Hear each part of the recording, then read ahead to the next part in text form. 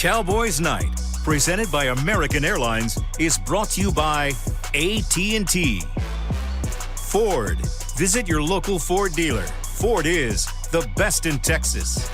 Geico. 15 minutes could save you 15% or more on car insurance.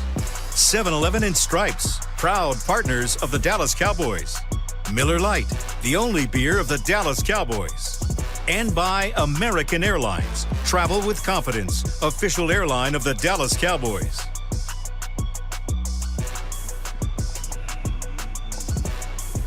AT&T Stadium in Arlington. Yes, the Cowboys are celebrating 60 years of Dallas Cowboys football this year. And many didn't think this was possible 5.5 months ago over the course of the last 5.5 months. But the Cowboys have returned to AT&T Stadium. This is Cowboys Night.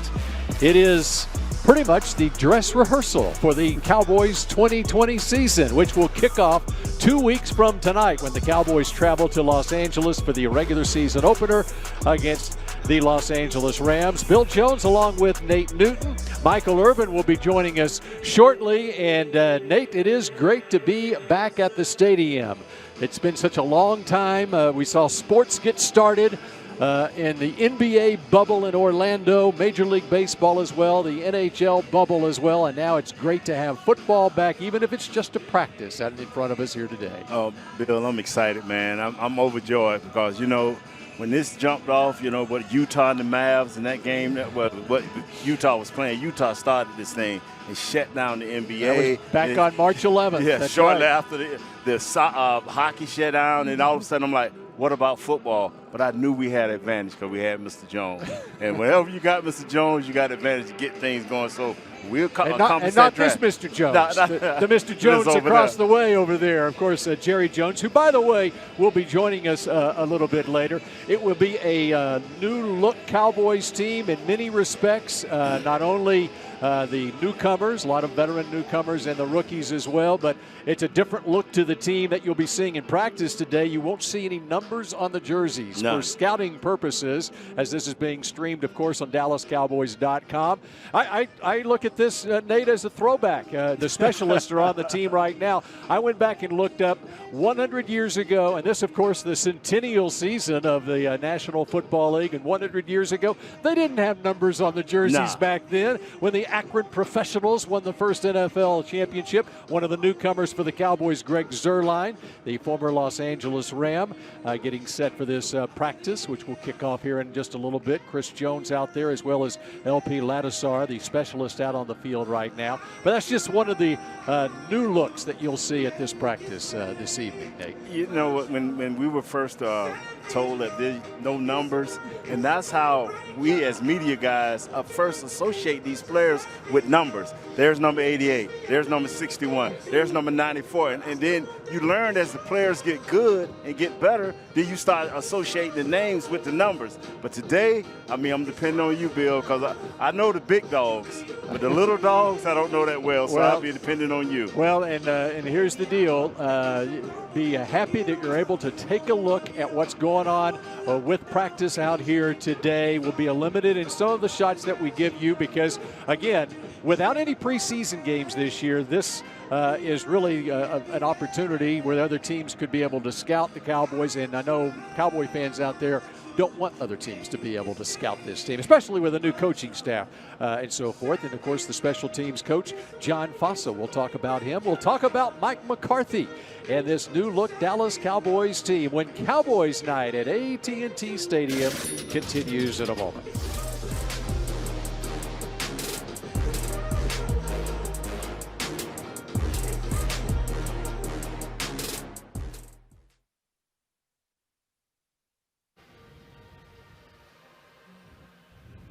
And as we transition onto the internet side of things, we welcome you up into the concourse at AT&T Stadium. It's the Whataburger Game Day set as we continue our coverage of Cowboys Night presented by American Airlines. Kyle Yeomans up here with Nick Eatman and Rob Phillips of DallasCowboys.com. And Bill and Nate did a great job of kind of setting the stage of what we're going to see tonight in the blue and white scrimmage. The Cowboys Night, that's a huge thing here, but this is kind of it's a different night not only because of the jerseys, but we're going to see a lot of different football things than we normally would see from a blue and white scrimmage previously, Nick.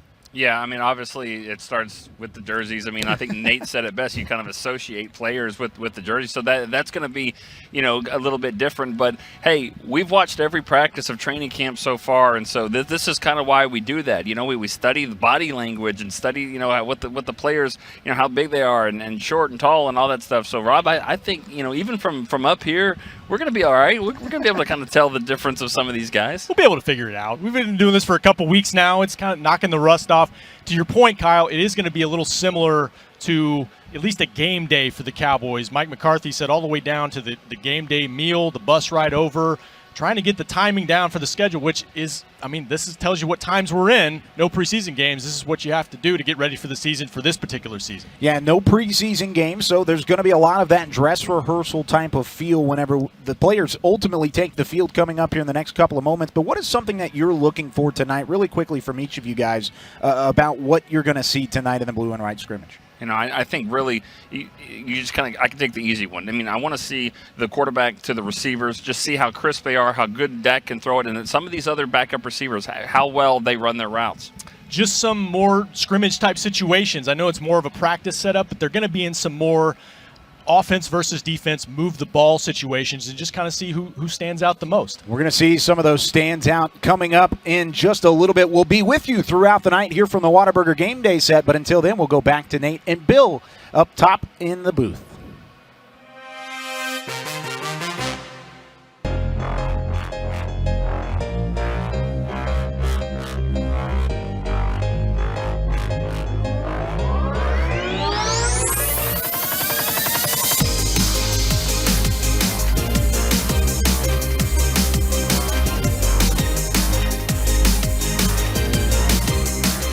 Currently on the ground in areas hit hardest by Hurricane Laura. The Salvation Army has a presence in every zip code in the country. You can help one of the largest disaster relief organizations in the country at helpsalvationarmy.org. It is Cowboys Night at AT&T Stadium as the Cowboys get set to come on to the field here for pre-practice warm-ups. The specialists are on the field right now. Of course, Mike McCarthy, hired in the offseason, the 9th coach in Dallas Cowboys history, spent 13 years as the head coach of the Green Bay Packers before sitting out last season. And the media was able to ask Mike McCarthy this week about what we can expect with tonight's Cowboys Night practice. Really, the biggest thing for us Sunday is to create game-like situations. We'll have a number of segments called "Move the Ball," where the offense, where Kellen and Mike Nolan will just call it as if it was a game. So our goal, Sunday and even Monday's practice will be in is I think we have 7 move the ball periods slated. So it's to get into the game type situations. They will be simulating game-type conditions, including pregame warm-ups, which take us up to 6 o'clock when the Cowboys will come on the field as if it is a game situation. The official practice starting at that time. And we are taking you all the way to 8 o'clock Central Time. And joining us for the ride, Kyle Yeomans, as well as Nick Eatman and Rob Phillips, brought to you by Papa John's. I think it's a good time to order a pizza, don't you, Kyle? Great time to order a pizza. You get football, you get pizza, and you also get the Whataburger Game Day set up here as well. Lots of excitement around this Cowboys night. Like Bill just said, Kyle Yeomans, Rob Phillips, and Nick Eatman here from DallasCowboys.com as we continue to give you Cowboys night coverage. And guys, Mike McCarthy just talked about it. Whenever it comes to this game, there's a preseason feel to it. This is a different look for the Dallas Cowboys overall with no preseason games total. What do you think is going to be the biggest difference heading into a game-like atmosphere? But it's still a practice at the same time, Nick. Well, I just heard pizza. So is there pizza coming? No, I don't think there's pizza, unfortunately. So what's the difference with tonight? I mean, there's a lot of differences has been discussed already, but I think more than anything, it's the schedule. It's saying, okay, it's Sunday night. This is kind of leading them up for 2 weeks, getting on the field, And it's going to be different when you go to different stadiums, and whether they're going to be fans or a little bit of fans or whatever, it's going to be different. We know that. So a Sunday night, and then get into the practice schedule and all that. So this is going to be just being on the field. Yes, and Rob can talk about kind of what they're doing, but this, I think, more than anything, is setting them up for the regular season. And to expound a little bit on what Mike McCarthy said a minute ago, those move the ball sessions, think of just, you got to remember the installation part of it for the Cowboys, offensive, defensively, special teams. That's been the focus all the way up until the middle of this week, trying to get this installation down for their schemes. Usually that stuff starts in June, late May with OTAs, and it goes into training camp. It's all compressed, and so this is an opportunity now. They've got the installation done. You're going to see some more competitive situations, those move the ball situations that Mike talked about. And this is obviously an opportunity for the Cowboys with a new head coach, an experienced head coach, and somebody who's been to the mountaintop and won a Super Bowl. Mike McCarthy talked about some of those different challenges of not having preseason games heading into 2020. Well, I think, stating the obvious, I think the league is, you're going to see the effects of no preseason game. I think you have to anticipate that, and frankly, it's part of your preparation. But, you know, training camp's still training camp. When you look at running the football, and you can even see the progression of how we do drills and team. You know, we go through, we have run blocking stations where you're working a lot of 2-on or 3-on-3 and 4-on-4. You know, concept blocking. Then you go to a half line, and then you get into more of a team run and play action period. So you do those things in progression, because that's all coming off of your individual drills where you're working all the combination blocks. And really, this year is really similar to any year that I've been a head coach, because as you watch the linemen in particular, you know, their pad levels starts out high. You know, their fits on their blocks are not as tight. The timing of how the combination block occurs and going on the second level is inconsistent.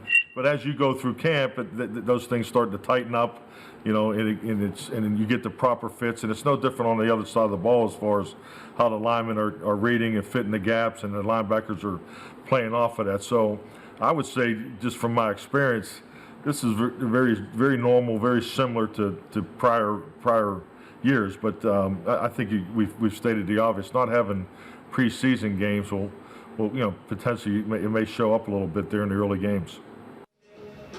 And you love hearing that from Mike McCarthy, keeping it cool, calm, and collected a little bit, kind of downplaying the challenges of having no preseason games, but it's ultimately something that is going to pay dividends for some of these young players, Nick, who are trying to make it onto a roster but don't necessarily have those preseason games to do so. Yeah, and I think that's why you've seen some intensity a little bit more in practice. It is tough to evaluate certain guys when you know they're not going to the ground. Every running back goes to the end zone every time. So did he really break a tackle there, or did he not? And so these defensive ends that get around the edge and they touch Dak and they say sack, and they're like, well, you know, I'm a big boy. Actually, no, you need more than that. So, you know, it's been tough, but I think, to your point, the intensity of practice, these reps, this is all they have. And so I think they've taken advantage of that. And that energy is going to continue throughout the night. Plenty more to come here on Cowboys Night, presented by American Airlines, right after these messages from your local station.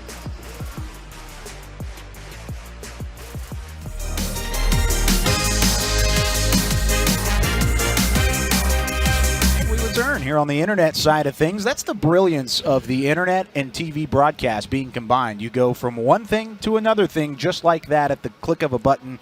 I love it. But when we're talking about some of these young guys trying to stand out, and Rob, we'll start with you since you didn't get a chance to kind of talk right at the end of that last segment. Nick so took up all the time. It's okay. Jeez. It's fine. It was McCarthy's 40-minute answer. But wide receivers have been a topic of conversation, not only throughout the offseason, but heading into training camp as well. Some of those young guys who are trying to make a roster, Cedric Wilson, Devin Smith. Of course, you have the addition of CeeDee Lamb. But with these wide receivers, what do you expect out of this group that's right now touted as one of the top in the NFL?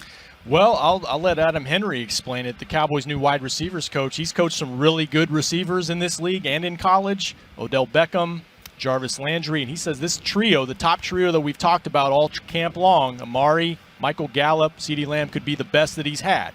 And a lot of it has to do with CeeDee Lamb and the start to training camp that he's had. He has been dynamic. He's been, it looks effortless sometimes when he's out there.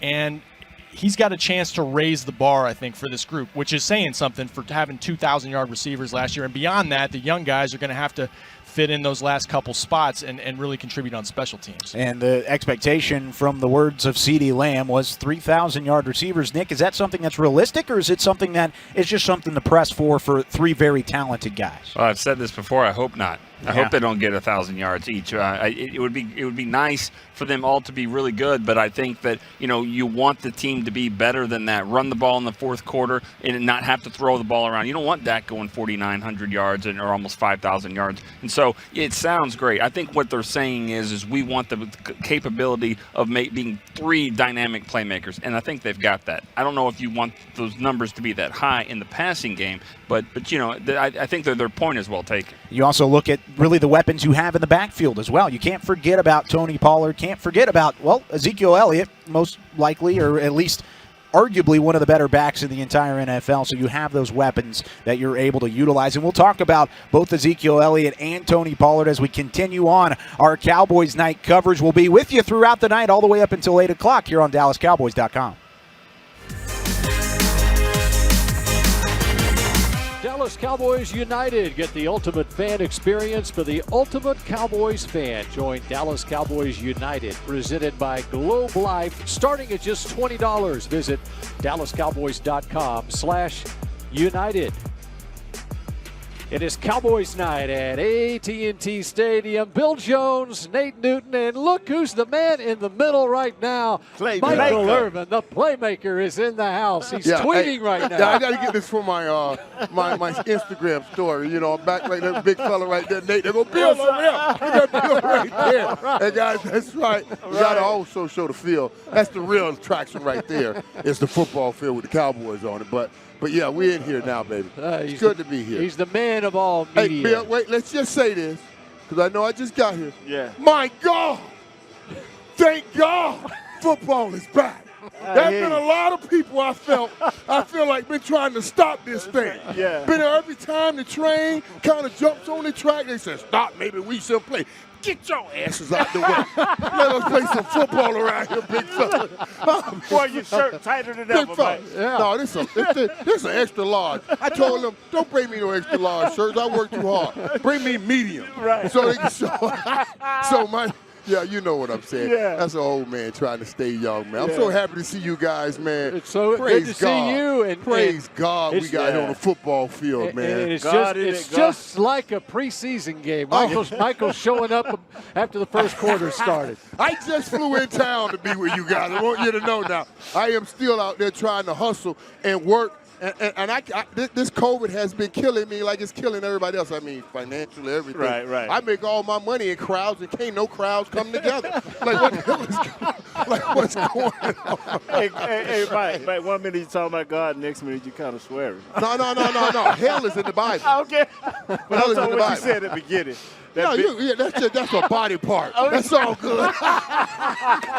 That's our body. Well, it has been an eventful offseason in many ways. And most notably, it got started back in January with Mike McCarthy being hired as the Cowboys head coach. And a decade ago, it was the 2010 season in this very stadium. Right here. Mike McCarthy won a Super Bowl with the Green Bay Packers, and he talks about that now, the sound of the game. I think conversation like that, frankly, respectfully, is nonsense. If you're not trying to win a Super Bowl, I don't know what you're even doing in this business. I think that's what every team starts their off season with. The ones that don't want to talk about it, they're just probably trying to, under promise, overachieve. But I've always been very upfront about it. Every team I've ever coached, we're in this to win a championship. Make no bones about it. The schedule is what it is. I'm not a big fan of that statement, but we're all in a pandemic. Every coach is coaching in this training camp environment. The players are doing a great job, with the COVID challenge, and it's going to be a long year, and it's going to be a huge challenge to get that championship. Sound of the game brought to you by WinStar Casino. WinStar World Casino and Resort, proud to be the official casino of the Dallas Cowboys. And what I remember from those Cowboys teams of the 90s with Michael Irvin and Nate Newton every year, that was the goal, is to win a Super Bowl, and you were successful 3 of those seasons. Yeah, and guys, listen, I love, he did a piece on the network too, right, guys, and I don't know if you guys saw that piece where you got Coach got really emotional, Mike McCarthy, and I sat there, and when the first time I watched it, I got choked up a little bit, because I was watching it thinking, I know what it's like. I've had that unwanted vacation. You know, that little 5 game, they said stay home these 5 games. Right, you know right. what I'm saying? That little unwanted vacation that we titled a suspension. I was like, oh my God, Lord, if you ever let me get back, I promise you, I'm going to do this, I'm going to do this. I will take it in. And I love how Mike McCarthy has taken it in. So I'm telling you, I'm excited about his new excitement to be back on the field coaching again. And I think it'll make a huge difference this year. Mike, right quick, man, no numbers, man. Can you identify? Whoa. He just sat down here and I just realized noticed that, big fella. Now, y'all got to explain this to me, because I told you I just flew in. What we doing with the no numbers thing? Yeah, help him out, Bill. Go ahead, okay, but what's the idea of the no numbers? No Bill? numbers, because this is the 100th year anniversary of the NFL, and they didn't have numbers 100 years ago when they first started playing. So it's a throwback game there, Michael. Oh, no, seriously. The original blue white. The original blue white. Seriously, there's no preseason games this year. So other teams can't scout the Cowboys. And so this is streaming live on DallasCowboys.com. Gonna make sure no team. Hey, I thought you were gonna give me something that this is part of the team coming together to help support some of the guys that are some of the things that they're doing in social justice and social justice. You tell me, we are afraid Bill Belichick is somewhere in here? Yeah, he is. Is that what we talking about? Always. Are we saying something or somebody? Because I love Bill Belichick. I'm just saying somebody's in here trying to cheat us or scout us or something like that. It's on us, Mike. Yeah, that's fun. No, I would not like that. There would have been some distinction. I would have come out here with some bright orange wristbands on in front of all this blue and white, so you would know. You didn't need your number 88 on. People knew when the playmaker was in the house. Yeah, you're right. You wouldn't know it's me, because Michael's that guy catching all the balls. That's all you can say, right? Speaking of that, there's number 88 right there without the 88 on. Yes. CeeDee Lamb, we're going to be talking about him a lot, but let's get more on the new coach of the Cowboys, Mike McCarthy, from Denny Surek right now. I love it. Mike McCarthy is no stranger to coaching in this league. However, even for someone with extensive experience like him, there's still a learning curve when joining a new team for everyone. There's plenty for the players to learn in the offseason from a new coaching staff, so McCarthy took it upon himself to give the players one last thing to learn: the language. The individual that's had to learn the most has been myself, so it's a brand new language, particularly with the run game for everybody.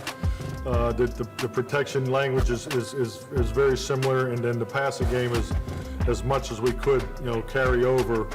We did, but I can't say enough about the job that Kellen Moore has done. I've been extremely impressed just with the way he's pulled everything together. So we've had the time to, particularly in the early months, February and March, to get through the physiology, the philosophy approach, and really the management of how we game plan, how it all fits together.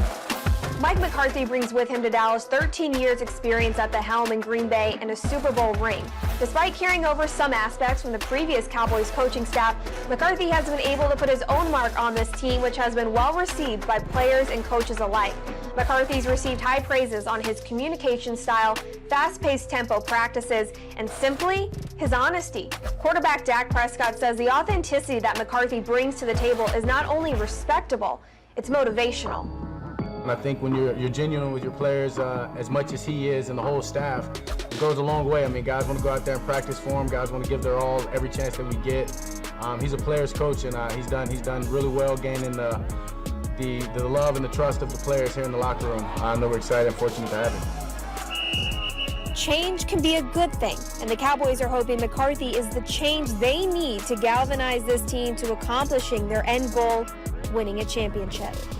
Coaching in the NFC And there is number 4, Dak Prescott, who is out on the field now. Dak Prescott, of course, there was a lot of the talk in the offseason. Would they get the long-term contract signed? Well, as it turns out, he's playing on the franchise tag.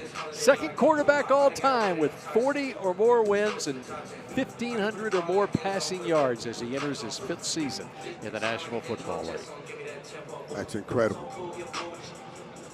And then, of course, they're the man. They the man. He ain't forgotten, Mike. Yeah, Ezekiel. You're right, Nate. Ezekiel. Nate, I'm with Promise you, Nate. Nate, and I hope Zeke has something, something with himself, and I know he does because he's hearing all of this. Why do people consider Zeke to have had a down year last year? I don't know.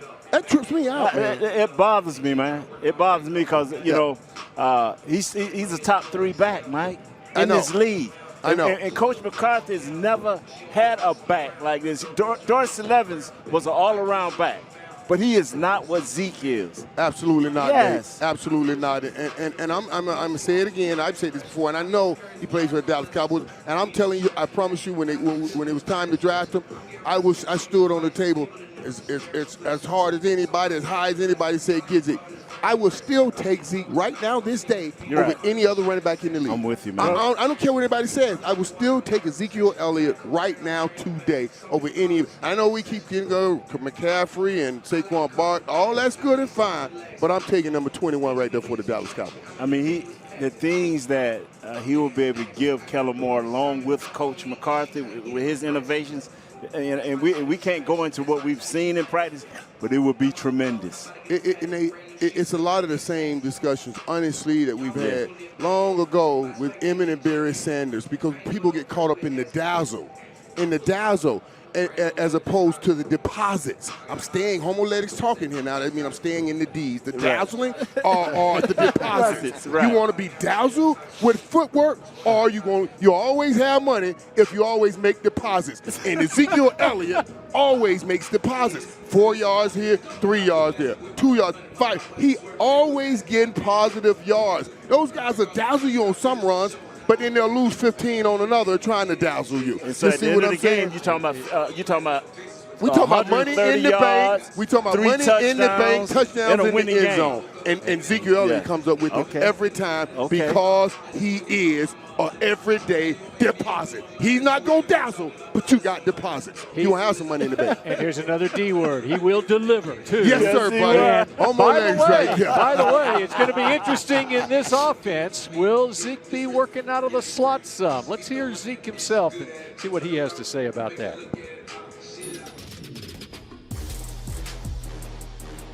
Just my pass catching. I think this offseason I really didn't do anything from the backfield.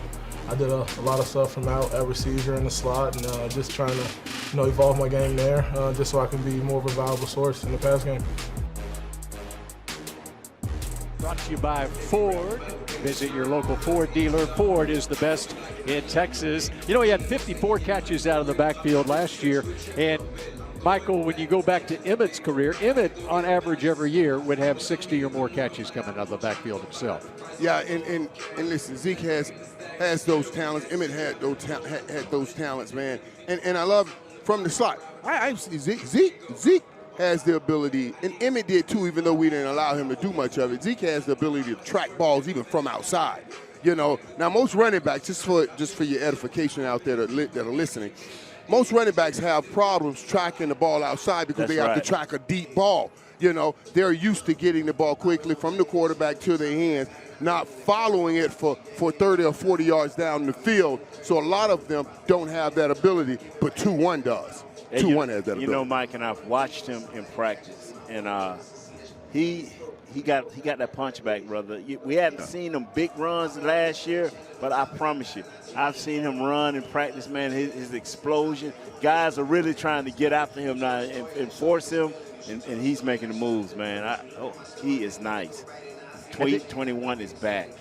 Well, and then when you consider you also have Tony Pollard back there, and if you have one or the other in the slot, the other lines up in the backfield, it can some defenses have to mix and match in those instances. All right, You see players out on the field. This are pre-game warm-ups for Cowboys Night here at AT&T Stadium, and we continue in just a moment.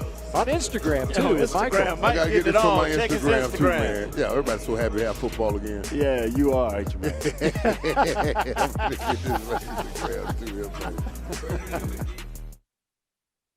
It's the final days of the Ford Summer Sales Event. Always been an individual that has been notified for his quotes, and he had another one there that stuck out to me, that he would still take Ezekiel Elliott over any other running back in the NFL, even after a season where, like he said earlier, a lot of people said he had a down year. And we'll continue this Zeke conversation. This is a guy who had 1,300 yards that was on the ground, 420 yards receiving last year. Doesn't sound like a down year to me, but Rob, whenever you're looking at Ezekiel Elliott in this offense in 2020, is this somebody who you can rely on in the passing game? Yeah, absolutely. I mean, he did have a 77-catch season a couple years ago, yeah. So he's underrated in that aspect of his game. Marshall Faulk was the guy he always looked at and idolized because he was a complete back. I loved Michael's analogy, Nick, that there's always cash in the bank because people got on him last year. His critics said we didn't have a lot of 20-yard runs last year. It took him a while, I think, after the training camp holdout to get going, maybe a little bit, but he was third in the league in 10-yard runs, which by NFL measure is an explosive run. He does keep the chains moving, and he did have some of those big runs last year, especially as they got later in the season. I think he got a rhythm with the offensive line. Yeah, without a doubt. I think that, Michael Irvin's not talking about fantasy football. He's not talking about which running back to take because he gets catches and all that stuff. And McCaffrey and Barkley, they can do that. Not that Zeke's that far behind, when you're talking about fantasy, but as this team is built, he's perfect for this team. If you've got dynamic receivers on the outside, the way it's set up with this offensive line and Zeke is you're supposed to be winning in the fourth quarter. You can run out the clock. They weren't winning in the fourth quarter that many games last year, and his numbers went down and Dak's numbers went up. Flip that around, and let's see. Dak can still win more games. He'll have a productive year, and Zeke will get more yards, and he'll have a productive year. That's what I think needs to happen. Now, and you mentioned dynamic receivers really helping him out. You add CeeDee Lamb to the mix, and now you have Blake Jarwin, who's ultimately going to get a couple more targets really quickly. Do you still think that his role in this offense will be the same here in 2020, Nick? I think so. I think it'll be the same. They just need to do better in the first half, get the lead, and then he can do that, ground and pound and fit and run out the clock. Absolutely. Yeah, I think so. It's the same. I mean, Ezekiel Elliott said it himself. Look at the numbers from when he was in the NFL. He's one of the best backs in the entire league. We continue on with Cowboys Night here on DallasCowboys.com. Elevate your work environment at Formation at the Star, offering unique workspace amenities with a variety of membership options. Book a tour at formationatthestar.com. Cowboys holding training camp this year at the Star in Frisco, and tonight here at AT&T Stadium, it is Cowboys Night. Bill Jones with Michael Irvin and Nate Newton as we talk about this Cowboys team that is stretching. They are simulating a game day situation here as they are going through what essentially are pregame routines with the stretch and individuals, and then they'll go off the field. They'll come back on at 6 o'clock as if it is a game situation. But as Michael said when he first entered the booth here, it's just great to have football. Yes, it is. Yes, it is. And when you look at the changes the Cowboys made in the offseason, there have been some mainstays as well for the Cowboys on that offensive line in particular. Some injury issues so far in training camp at tackle, but Lyle Collins and Tyron Smith were back at practice, the last practice of the week at the Star. And Zach Martin is the old reliable now, 5-time Pro Bowler at right guard. And let's hear from Zach Martin now.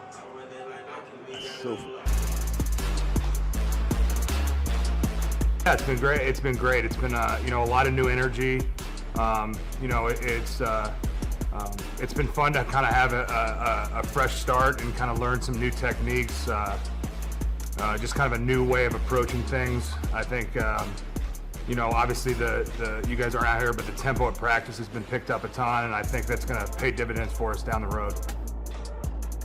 Tempo. Brought to you by Raising Cane's. Yes, Michael, you can be an old reliable when you're even drafted in 2014 in the first round, and you're entering, your 7th year in the league, but you've already got 6 Pro Bowls. You're an old reliable now. That's how fast this thing goes, man. But also now, even though 6 years is not not a very long time, he becomes old reliable because he just gets the job done so well. You know what I mean? That's the thing. At a high level. At a high level. Yes, You're sir. just high level. You got to ride that high for a while. Zach has been getting that thing. Nate, but hey, for a couple things, because I'm glad I'm here with you guys tonight as I prepare. Yeah. Also getting ready for the season on the network. There's some things I wanted to talk to you guys about because let's just open this up here. My mind is blown talking about preparing for a game without any preseason, without any workouts, not any OTAs, not any pre-practices, not preseason. You're just going to step on the field, no mini camp, step on the field and play. Dude, that's why I was wondering, like I know you guys have seen practice. I would love to have been out in practice, of course, with all the restrictions. I haven't had a chance to get out there. But what does it look like in practice? You know, like this is insane to talk about because I love getting my work in to feel comfortable on the football field. The tempo. And there's no way they got all this work in. No, the tempo has been great. It's all been about their tempo. You know how the 49ers used to practice, the wide receivers running wide open, the linemen, their linemen have it on pads. They've had 6 or 7 padded practices. So they've been thumping now. They've been bringing people to the ground, but the tempo is picked up. Remember, Jimmy used to tell us our tempo is going to stay high, so when the game comes, we don't have to reach it. But it's been since college, Mike. I mean, that's a long time ago since you walked from practice to a game. Yeah. Right. And then y'all would come play Florida A&M, so that would be easy for y'all to get adjusted. You know, y'all come play our school and get beat us up 50-0. But this is what this is about now, Mike. Can you get a high enough tempo in practice to get close enough to the game so the game won't be just a total body shot? Right, and that's what I can't wait to see what happens in the game and how Coach McCarthy assimilate these guys into that first game. And these are great opportunities to get here and get out and get in front of the lights and everything. But I'm not getting some heavy work with my legs heavy, going into a 2-minute drill where it's feisty and hot out here. Now, that's the one thing I will say that I was okay with. I was like, okay, we'll have training camp here in the heat. Yes. Like, let's get this stadium, let's get the thing open, and they're coming in without all that stuff too. Let's take advantage of that early in the season if we have an opportunity, and working out in this heat will give you that opportunity. Well, one thing that they did also is Dak Prescott, he built a football field in his backyard. So his receivers and running backs came over to his house. He bought a house with a big enough backyard, and then he just cut the grass accordingly. That's what he did. But can you imagine those Michael Irvin workouts in the off season are legendary, starting in about March every year at Valley Ranch in the heat. And not to be able to do that, having to do your off season via virtual off season, that's crazy. Yeah, it is. Now, and I'm sure these guys, toed the line on the rules. I'm sure they got together when it worked out. You know what I'm saying?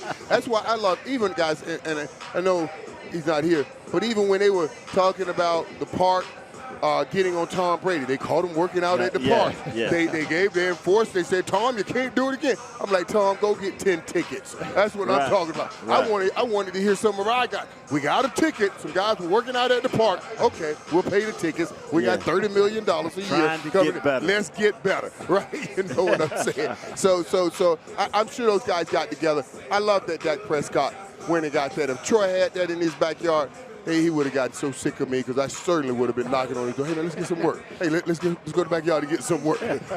So and you put your whole football gear on, right? You shoulder pads and everything, shoulder pads and helmet. Everything. And then I jogged that night with my shoulder pads, helmet, 8-8 jersey, and a weight vest on up under it, just to acclimate. And you're seeing guys now. I know guys now. They're starting to do that. they'll start getting work in before they hit training camps with shoulder pads, because you're not going to play without them. I always thought it was interesting why more people did not do it. You know, especially the guys that have to run all the time. Nate, you guys got to hit. Yeah. You know. We came out of, but you know what used to be amazing, Mike, is the few times, because Charles Haley was my inspiration. That was kind of my workout guy. He was kind of my personal trainer. So we would be over there late at night, man, 8 o'clock, 9 o'clock. And late at night, man, we'd just see this shadow going around the track. We'd see the shadow. I'm like, who is out there, man? If 30 minutes later, Mike will come in dripping, sweating. I said, Mike, what you been doing? Man, just trying to get a little bit in. You know, I know the rest of them ain't working like me, man. I said, and that's exactly it, Nate. It was more mental than it was physical. I don't know if you can get any more in shape physically, but mentally, I want, if I'm doing more than you, the football god should set it right. I should beat you, and that's the mentality. And I can't wait to see how this thing here works out this year, man, with McCarthy at the head. And as a matter of fact, the Cowboys have had a number of practices here the last week inside Ford Center as they redo the field outside. Construction going on around the Star in Frisco. Mike McCarthy, 13 years as the Packers head coach. Check out that winning percentage. 9 playoff appearances in those 13 years. 4 NFC title games. And, of course, it was right here at AT&T Stadium against his hometown Pittsburgh Steelers that the Packers won Super Bowl 45. It's pretty amazing. And it's been 10 years now since that Super Bowl was played here at AT&T Stadium. Mike, man, it's just silence, you know. Somebody can come into our house, and now they get a chance to return, you know, to bring us one, man. It's silence.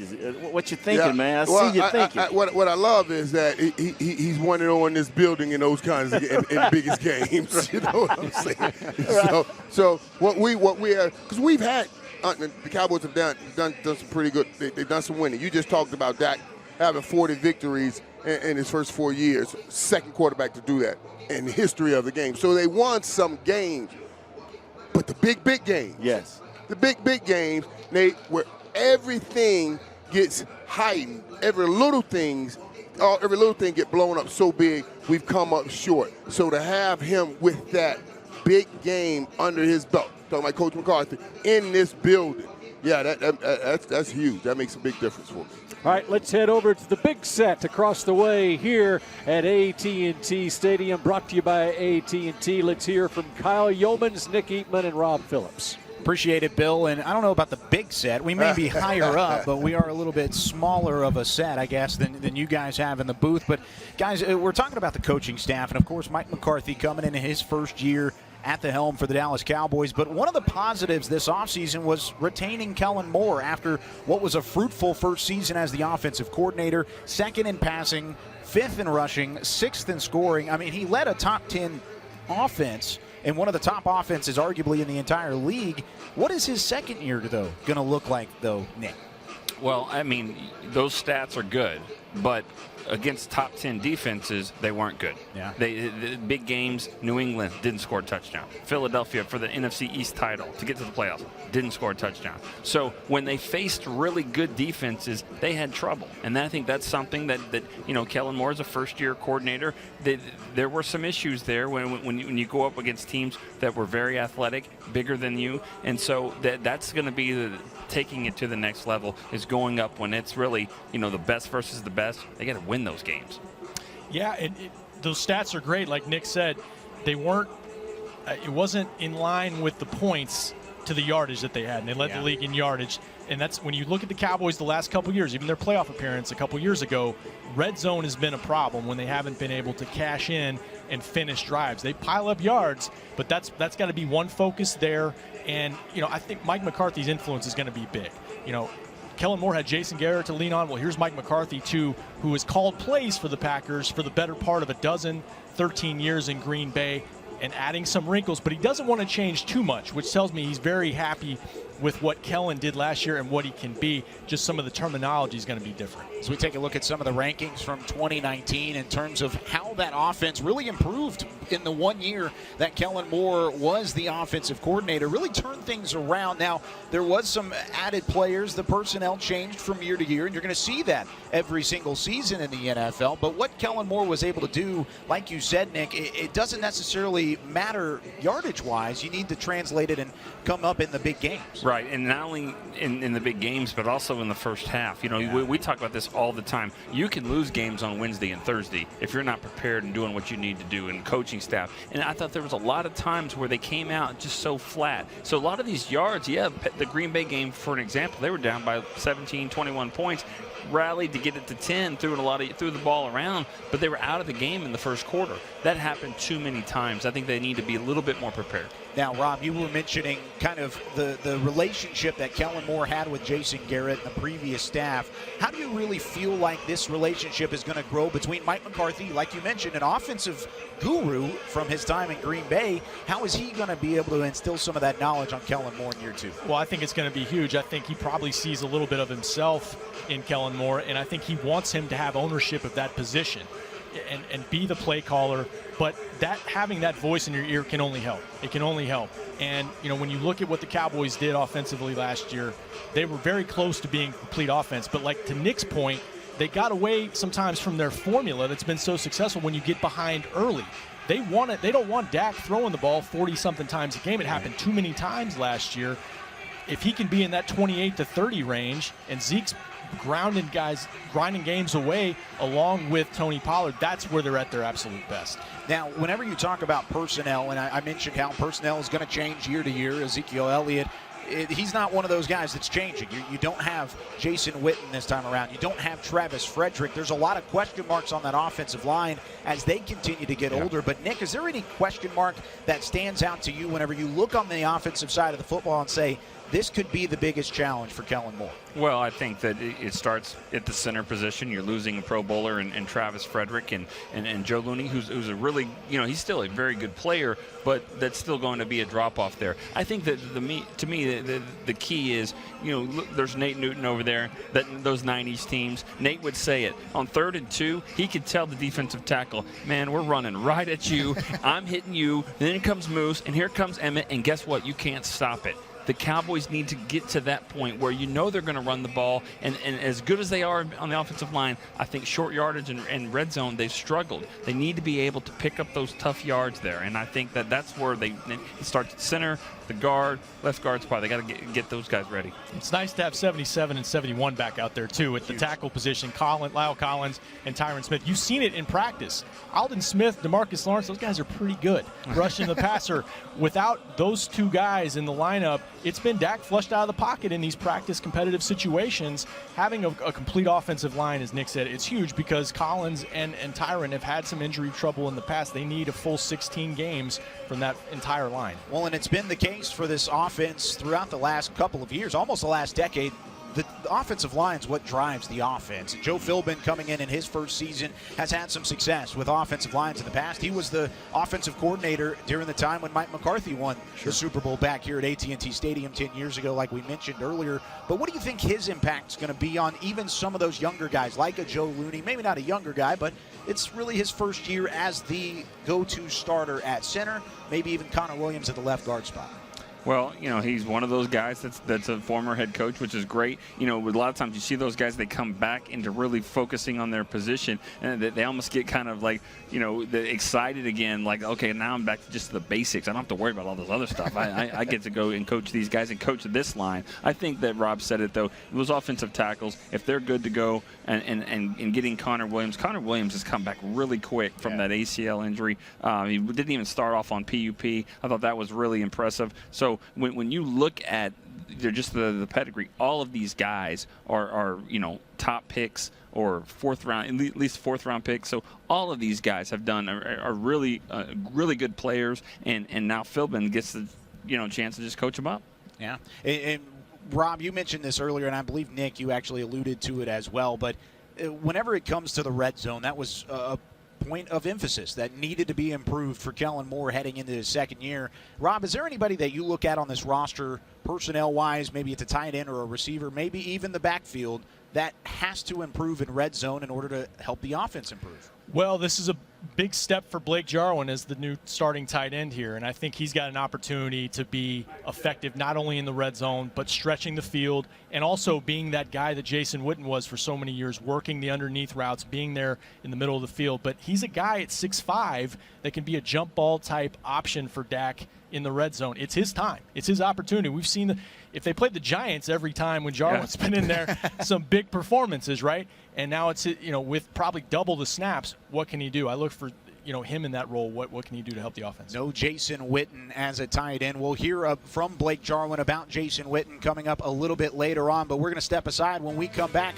more Cowboys Night from AT&T Stadium as we continue, presented by American Airlines.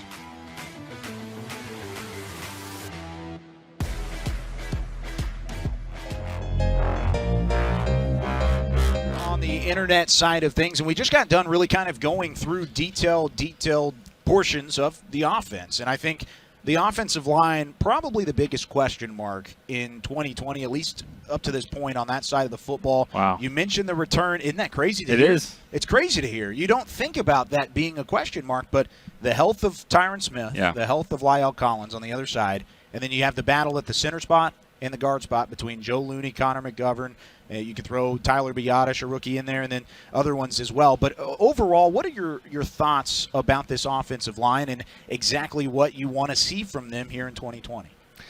Well, I don't know how much of a battle is going on really. It doesn't look like it. It doesn't look like it. Yeah. I think and it's just that's unfortunate for the rookies. It's unfortunate for younger players, not just rookies, but they were supposed to be able to get that time and and just kind of ramp themselves up, play some preseason games and all that, and they really don't get the chance to do that. So I don't know how much the competition's really going on there, but I think you make a good point though. It's just the health of these guys. You could count on Tyron and La'el for so long, and I still think you can. It's just that do you want them out there right now when they got some they're kind of banged up a little bit. But I think the key is going to be what does Joe Looney and Connor Williams, those guys right there, if they come to play and they can really push people off the ball, then I think the offensive line can get back to where it was. Yeah, and Connor Williams said he feels better than he did even before the injury in December when he tore his ACL, so that's good. Not having Travis Frederick, I think he helped them in the red zone over the years. But Joe Looney, like Nick said, because there's not time for the rookies, it's an opportunity for him to step in with his veteran experience and do it. By the way, I don't think they're that concerned about Tyron. I think with the hamstring, they just want him to be ready. La'el, they just want him to be ready. But it's a long season, and it would be nice to have those guys work together. There's no position that's more important in terms of chemistry than the offensive line. Yeah, you got to have that communication back and forth. 14 days until week 1, and whenever you go on the road, SoFi Stadium, you're going to have to go up against a guy like Aaron Donald on the other side. The offensive line has to be a little bit ready, and that's something that I know Joe Philbin and that entire offensive staff has been working for throughout training camp. When we come back, here comes Bill, Nate, and Mike back up top.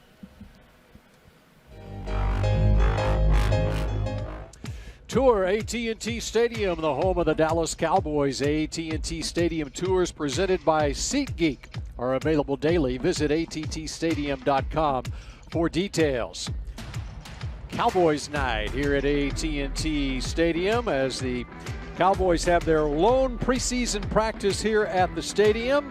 Training camp this year, of course, not in Oxnard, California. All NFL teams are working out at their own training facilities. Cowboys have been at Ford Center at the Star in Frisco. Now 2 weeks into training camp after they had a 2-week acclimation period, which is basically their off-season period. And now we are 2 weeks away from the season opener at the Los Angeles Rams at brand new stadium in LA. It's a Sunday night game on September 13th against the Rams. As you look at the Cowboys specialists coming back out on the field, the team is simulating a game-type situation, and the team will be running onto the field here in just a moment. Bill Jones along with Michael Irvin and Nate Newton. We talked earlier about the fact, Michael, that the players do not have numbers on their jerseys. We're limited a little bit in what we can talk about, but for scouting reasons, whatever. And Rich Dalrymple had a great story from Super Bowl week. Yes, sir. In You will love it, Atlanta. man. Okay, Super Bowl 28. Jimmy Johnson is in his hotel room, and he's watching a report on television where there's a TV reporter at the Buffalo practice leading up to that game at Super Bowl 28. He sees in the background the Buffalo Bills run a shovel pass in practice. He calls Butch Davis. He says, have we seen them run a shovel pass in any of our any games? Have they run a shovel pass? Butch says, nope, I have not seen that. Well, they're running it now. I just saw it in their practice in the background, okay? What was one of the huge plays in that game? It was a shovel pass to Thurman Thomas. Leon Lett blew it up. A fumble. James Washington picked it up and ran for a touchdown. That's what NFL that was a turn, scouts. too. That's that right. was a huge turn. It was. Right.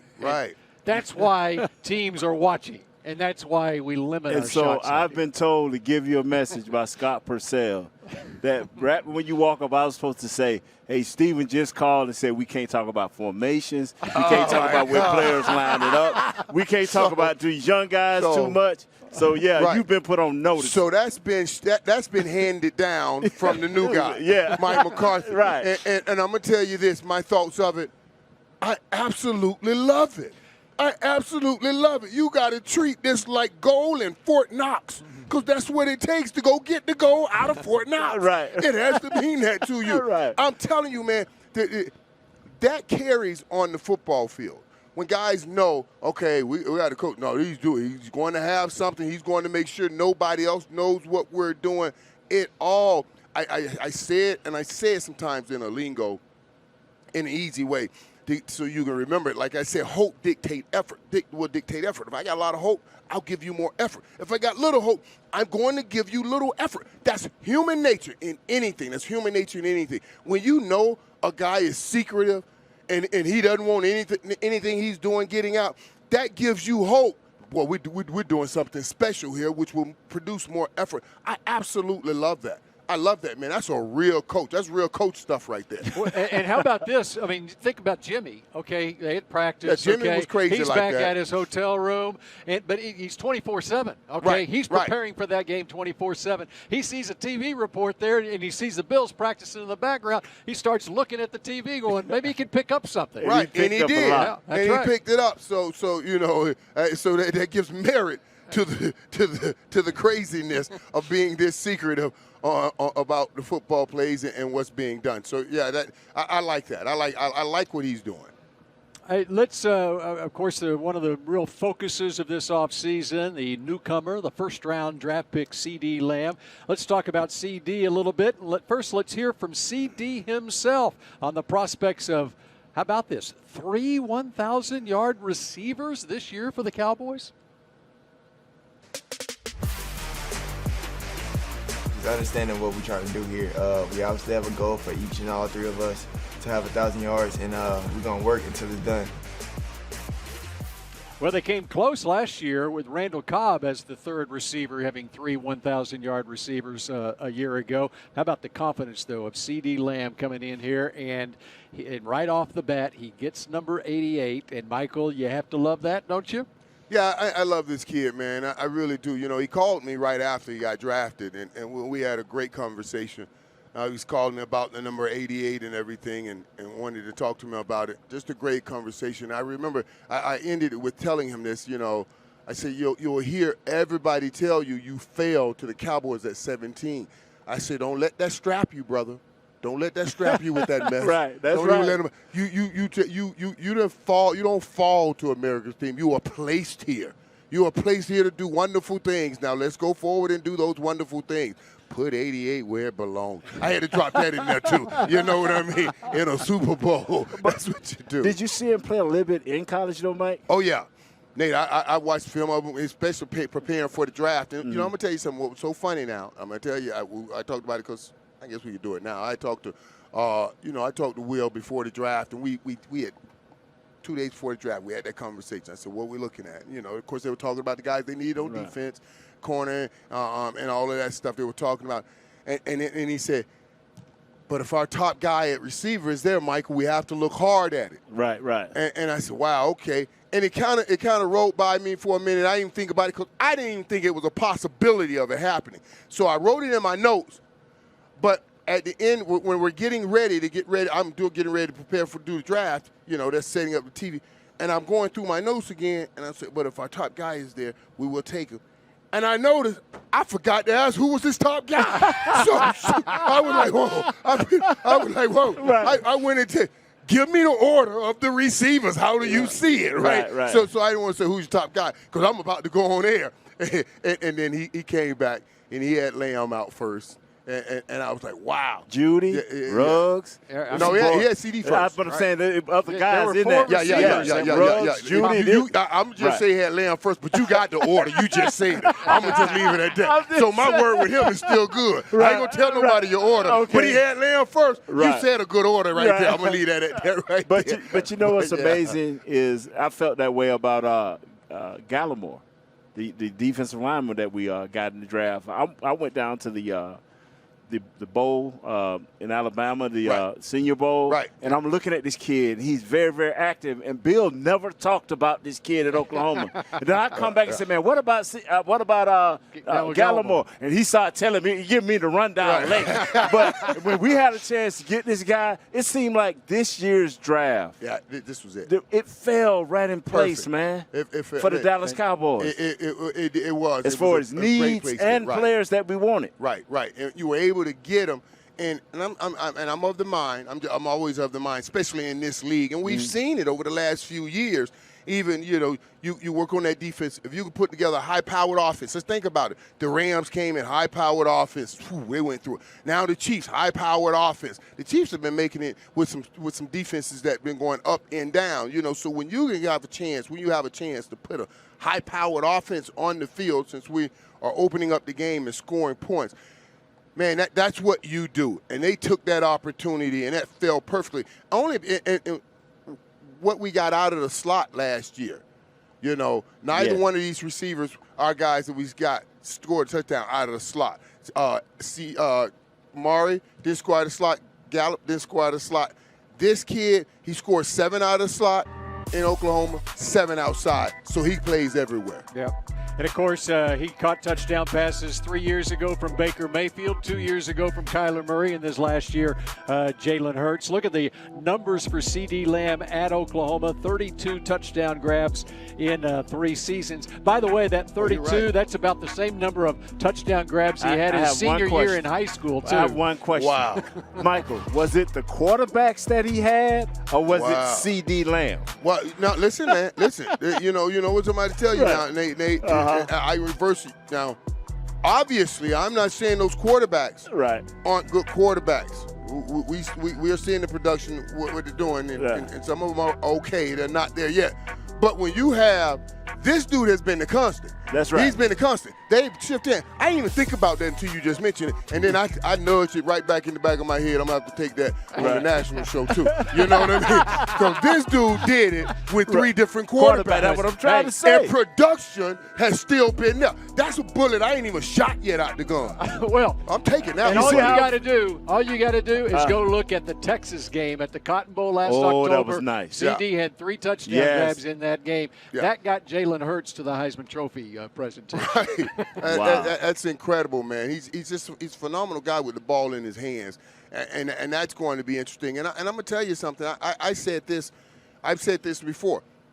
This is all other 88s have basically been almost specialists. I was a specialist outside. I'm going to run some deep ins and deep outs. Drew was a specialist outside, but Drew's the man. I'm so thankful for Drew getting the opportunity to get in the Hall of Fame where he belongs, because Drew doesn't get the credit that he deserved. But we know how big the big fella was and Dez. But CeeDee Lamb plays everywhere. This is the first 88. This is probably the most physically gifted 88 that we've had. Right. And the Cowboys taking the field from the southwest end zone and not through the club area. Is that going to be a change this year? I don't know, man. To be seen here when they That's take on the interesting, Atlanta Falcons on September 20th. Let's check back in with Kyle Yeomans, Nick Eatman, and Rob Phillips. The Papa Jerry John's gonna be set okay with up that? there.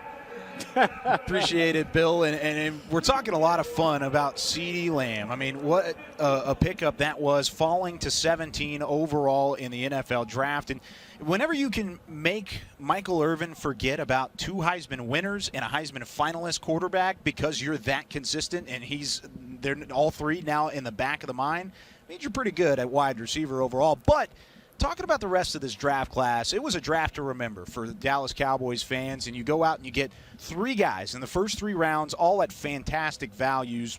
Talk about Trayvon Diggs, the cornerback out of Alabama, falls to number 51 in the second round. Third-round draft pick, Neville Gallimore, also an Oklahoma Sooner. He falls to 82. Each one of these guys were touted as first- or second-round picks.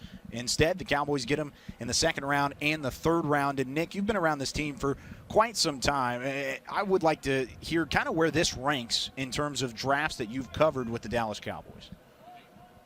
Sorry. I was like, why am I not talking? I hate to say we'll see, but we have to. We have to say we'll see. I remember one with Roy Williams and Andre Gerard and Derek Ross and Jamar Martin and Antonio Bryant. You're like, this is the best one of all time. And it didn't always work out that way. Yeah. So we'll see, but they stuck to the board. And that's what we always say. If you take care of business in free agency and just kind of plug up some holes there, then you can just sit back and go, well, if CD falls, that means Kyle's going to have to run 6 miles. But if that happens, then, that's an inside joke. Maybe you can tell later. But that, I think, Rob, when you're just talking about sticking to the board, just take the best player. We say it all the time.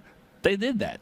The best thing Mike McCarthy told us in January when he got hired was, and you know where I'm going with this, he doesn't care what system a guy played in college. Just is he a great football player at that level, and can he translate to the NFL, and we'll find a spot for him. And that's what they did. Nick's right. They stuck to the board, and they're trying to be multiple defensively and offensively and create versatility this season. And I think those guys all fit into that spot. Michael Irvin saying that maybe the most physically gifted wide receiver at 88 that they've had in this franchise history. It just looks cooler when 88 does something, with that number on your chest, and he's been productive. CD has been productive all throughout training camp so far. To me, that's the key, is that he's been consistent. He's been dynamic, and he one-handed catch the first day out there. Yeah. But he's been consistent every day making plays. He can run any route, and he can play any position, and that's big for McCarthy. We talked about it, and we were asked about it this last week. What are some things you're excited about for the blue and white scrimmage and Cowboys night? One of the things was, the fans are actually finally going to get to see CeeDee Lamb rocking the 88. That's not necessarily the case anymore. Not just yet, so you'll have to wait a little bit. But trust me, he looks great in the number. But when you're talking about some of the rest of these guys that were in this draft class, we'll start with Trayvon Diggs. Wasn't necessarily a hot start to camp, much like we saw with CeeDee Lamb. He took a little bit for Trayvon Diggs to kind of get his feet underneath him and finally find a little bit of a rhythm. But Rob, over the last couple of weeks, or at least last couple of practice, he's really stood out as a corner that's continuing to grow. He's stood out as much as any player on the roster, on the 80-man roster the last few days of practice, not just defensively, not just at cornerback. And to your point, Kyle, they've practiced for about 2 weeks in camp. That was basically his rookie mini camp early on. I mean, think about the fact that rookies have not had the opportunity to play against each other early in the spring and summer, much less against 1,000-yard wide receivers. So it's been a little bit of an adjustment for him. What I like about him, and McCarthy has spoken about his ball skills, he's a former receiver at Alabama, and you can see it. Yep. The way he tracks the ball, the way he's able to high point the ball.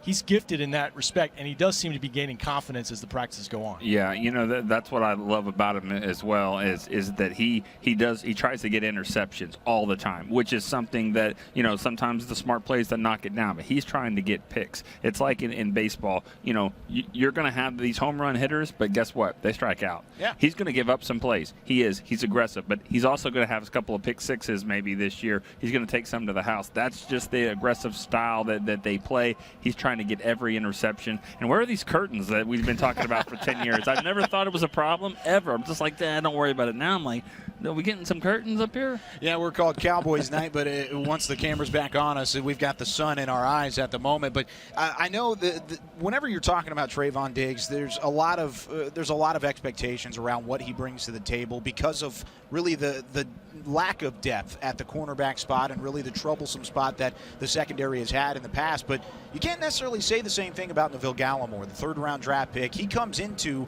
what originally was going to be a defensive tackle spot that included Dontari Poe and Gerald McCoy. Now, Joe McCoy, of course, down with an injury. He's out for the season, no longer a part of the Dallas Cowboys, at least this year. But now you have Neville Gallimore coming in, and now he's got an opportunity to step up big as a rookie, Nick, to come in and potentially get quite a bit of playing time. Yeah, I'm not sure if that injury helped him or hurt him from the standpoint of, wow, what a great guy that he would have to lean on there, to learn from, because Gerald McCoy, everything we've ever heard from him is that he's that type of leader and that type of player, and so you can watch from that. Or, hey, he gets to go out and now he gets to play. He gets to play a lot more than he was going to, and so I think most people would lean to the fact of, or to the side of, you get better at playing football by playing football, and I think this will probably help him more than anything. Not that he's still got Dontari Poe, he's still got Tyrone Crawford. You're coached by Jim Tomsula, Leon Lett. I think he'll be fine. I think he gets to play more, and I think that's a good thing. Yeah, and he said he's been leaning on Tyrone Crawford, fellow Canadian, helping him out there, and the reps are huge for him. Cowboys really like his potential. He's a big-bodied, powerful guy who can get up the field and rush. And we've seen him penetrate the pocket in practice the last few days. Jim Tomsula, Nick mentioned, Cowboys' new defensive line coach, just wants him to relax a little bit, actually. He's that conscientious about trying to embrace this opportunity. Just relax, have fun, and I think he's been showing up a little bit more as these practices have gone on. When I talked to Lincoln Riley earlier this year, we did just a WebEx call or Zoom call with him in the offseason, drafting a couple of OU guys, and he was saying, he was got muffled there for a second, couldn't hear what he was saying. He was like, he's got a quick first step. He just knows where the football is all the time. He's so explosive. And I'm like, what about Gallimore? And he's like, no, I was talking about Gallimore. I was like, I thought he was talking about CD. So wow, that's That's a positive compliment from a guy who knows how to look at talent, the head coach of the Oklahoma Sooners. But I really liked what I saw from Gallimore whenever we were looking at draft classes, and he was a Senior Bowl guy. Nate Newton was just talking about going down to the Senior Bowl. He was a guy that stood out. I was sitting next to Nate Newton, and Nate kept pointing at number 90 on the field and saying, who is that guy? Who's the guy with the Oklahoma helmet on? And it was Neville Gallimore, and it was because he stood out. You can see the work ethic. You can see the passion that he plays with and the intensity. He's got that high motor that you want from a defensive tackle. Sideline to sideline, he brings a lot to the table, and especially when you talk about size. Mike Nolan wants a bigger defensive line. Yeah. He brings that with 6'2", 304 pounds. He has got the size, the build, and the athleticism to really make an impact when that defensive line needs it. Second year in a row, Rob, that I believe that when they went into the second day of the draft on Friday, they had two guys sitting there very high on their board. They actually passed on the higher one.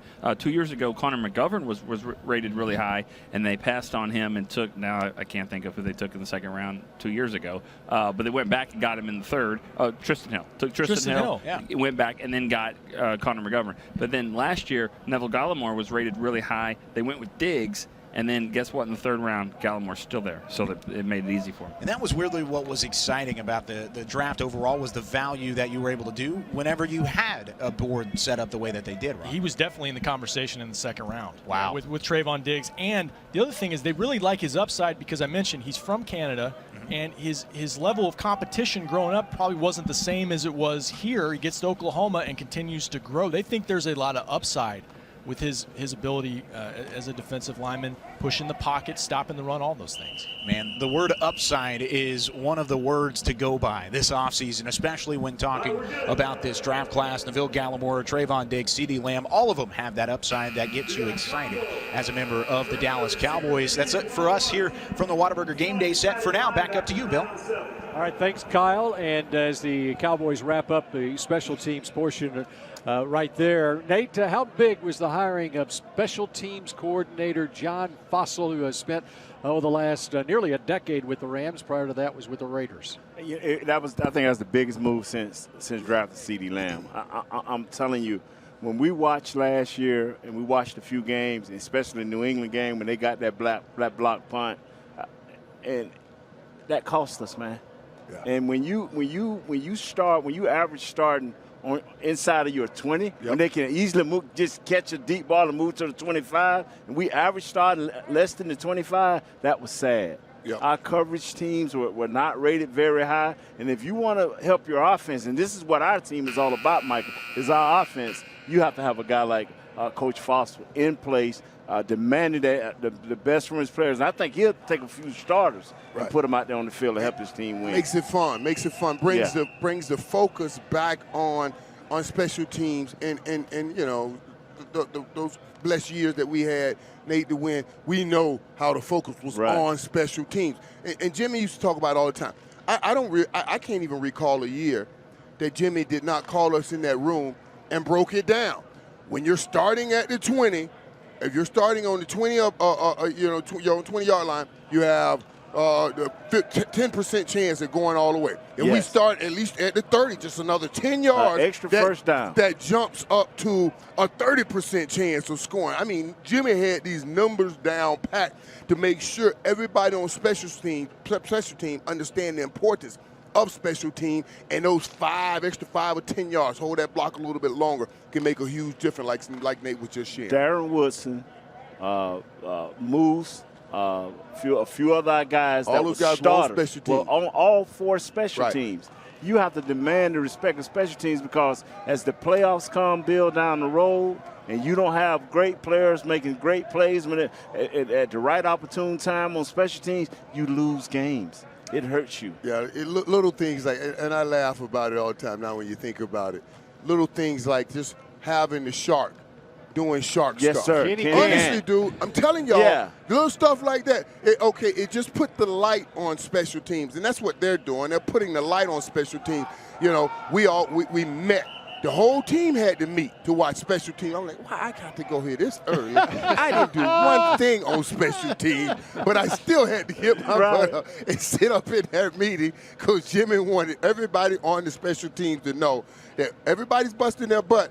And if you are the one that's not doing your job, I'm going to have the whole team look at you, and Abby will point you out in that meeting. Hey, son, who's this? Who's this number?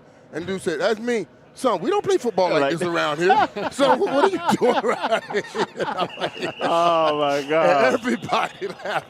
You better believe he stopped doing it. That's how we would start. We would have 8 o'clock meetings, but the first 30 minutes was dedicated to Joe Arizona and special teams. And Jimmy required, even our great Michael Irvin to everybody had to be in that meeting. Yes. You had to hear the special team meeting and the speech Abby gave with his pecs up there jumping. I'm like, man, I got to get up this early to go watch some pecs jump. And the other thing that comes with John Fossil is Greg Zuerlein, the new place kicker for the Dallas Cowboys. We continue with more Cowboys Night coverage that's fun from stuff. AT&T Stadium.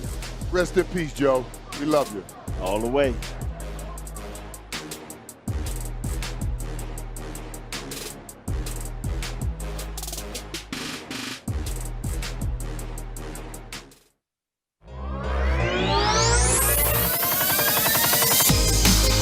Whataburger Game Day set. Always fun just getting to listen to the stories of Michael Irvin and Nate Newton, kind of bouncing it back and forth. I mean, you talk about it, both of them won 3 Super Bowls together throughout the 90s, and they've got the stories to tell. Of course, you can see it's not really Cowboys night anymore. It's Cowboys evening, and the sun continues to get in our eyes. Hopefully it'll drop back down behind these curtains here in a little bit. But we were just talking about the rookie class and exactly what the expectations were, how important it was to get those guys where they did in the NFL draft. And, Rob, you kind of went into the improvement that we've seen from Trayvon Diggs and exactly really what we've seen throughout practices, where he's starting to feel more comfortable in a scheme that wasn't necessarily what he ran throughout his time at Alabama. But how long do you think it really will take for him to get into a rhythm and get into a point where he's might be the top cornerback on this team? Well, I think he's already pushing for an opportunity in game situations, and Jordan Lewis has been out of practice with an ankle injury. Cheeto Uzie has been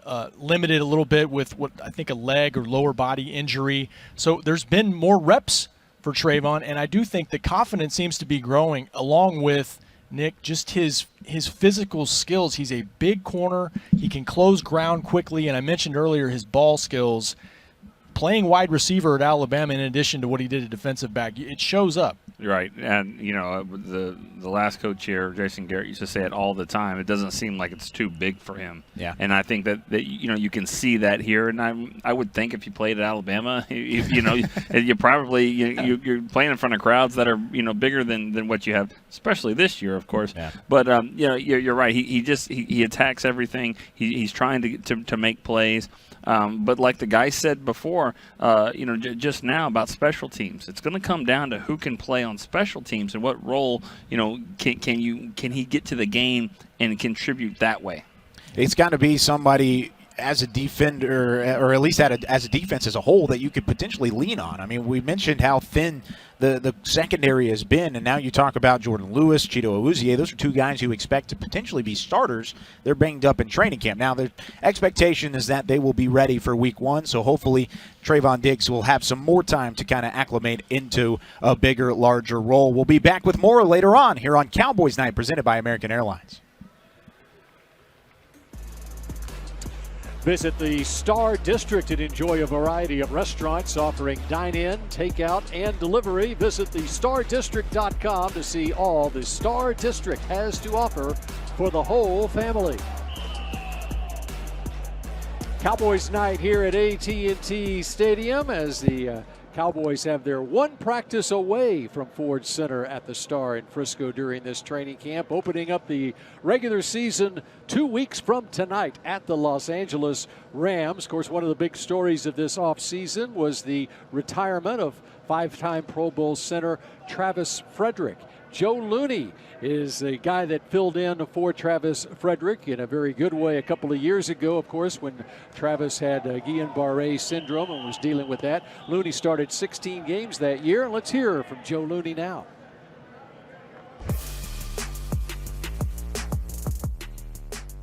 I take this opportunity, and it's a great opportunity for me to get in there and show what I got. But I'm so thankful for all the things I've learned over the years from coaches, from Travis, and preparing me for this point in my life. And I look at it as it's such a blessing to be here and just be a part of this ball club. And I'm just going to take full advantage of it and see what God has in store for me.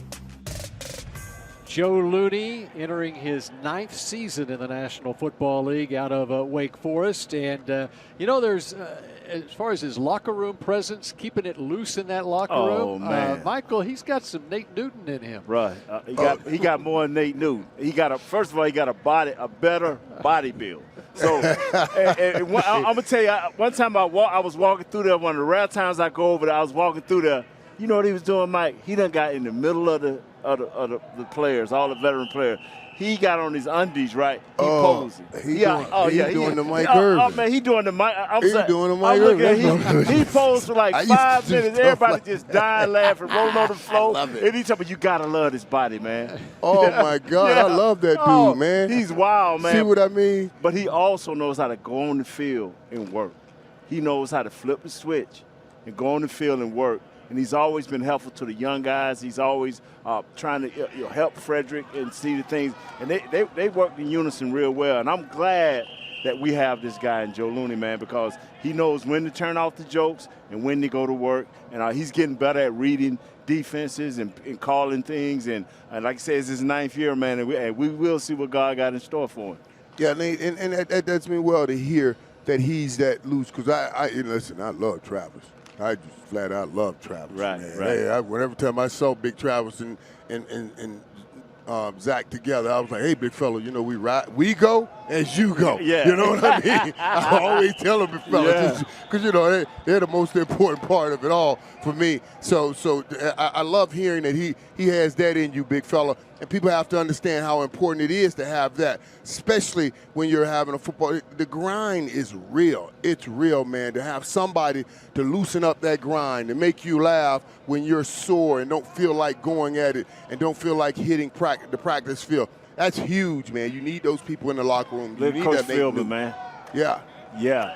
He done pulled his mask down, blowing whistles and everything, Mike. Yeah, I'm glad to see him out here too, Yeah, man. He did some great things, and I remember when he went to Miami because I grew up in Miami. I was know him, man. I was hoping he had success there, but I'm glad we have him here. He's a good coach. Yeah, Joe Philbin, longtime offensive line coach, offensive coordinator with Mike McCarthy with the Packers before he became the head coach for 4 years of the Miami Dolphins. The Cowboys also made a move at the quarterback position in the offseason. They now have a veteran backup quarterback who has been to multiple Pro Bowls. Andy Dalton is Dak Prescott's backup quarterback, and Danny Sorek has more on the TCU Horned Frog. 2 minutes, TV timeout. Andy Dalton is playing under new circumstances for the first time in his career. He's playing with a new team, under a new coach, and now as a backup quarterback. Dalton spent the last 9 years as the Bengals starter, and in just the short time he's been with the Cowboys, says he's made it a point to share his veteran knowledge both in the meeting rooms and out on the field. It is going to be different for me. I think I know what I have signed up for. I know the position I'm in, but that's not going to change any preparation for me. This year, if I'm not playing, I think the rest my body will get could be a good thing and set me up for the next half of my career. When Dalton isn't playing, he says he'll be fulfilling the duties as the backup quarterback, which include talking through plays with Dak Prescott, diagnosing the defense, and even being Prescott's personal hype man. Anything that you can give him that will help him while he's on the field, that's what I'm going to be thinking about, and cheering him on. I think that's another huge aspect of being the backup is you got to make sure that you're pumping the starter up and helping him any way you can. Andy Dalton has the experience and the skill to continue playing as a starter in this league. However, says there were two main reasons he decided to sign as a backup in Dallas.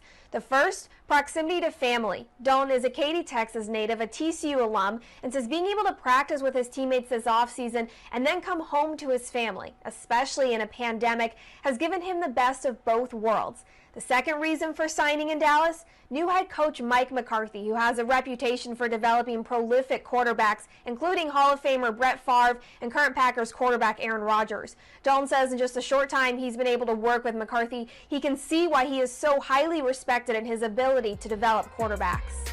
I'm trying to learn from the experiences and that he brings. I think he's got a lot of good quarterback drills and footwork. I'm excited about the opportunity of being here. Dak's been great, ever since I signed here.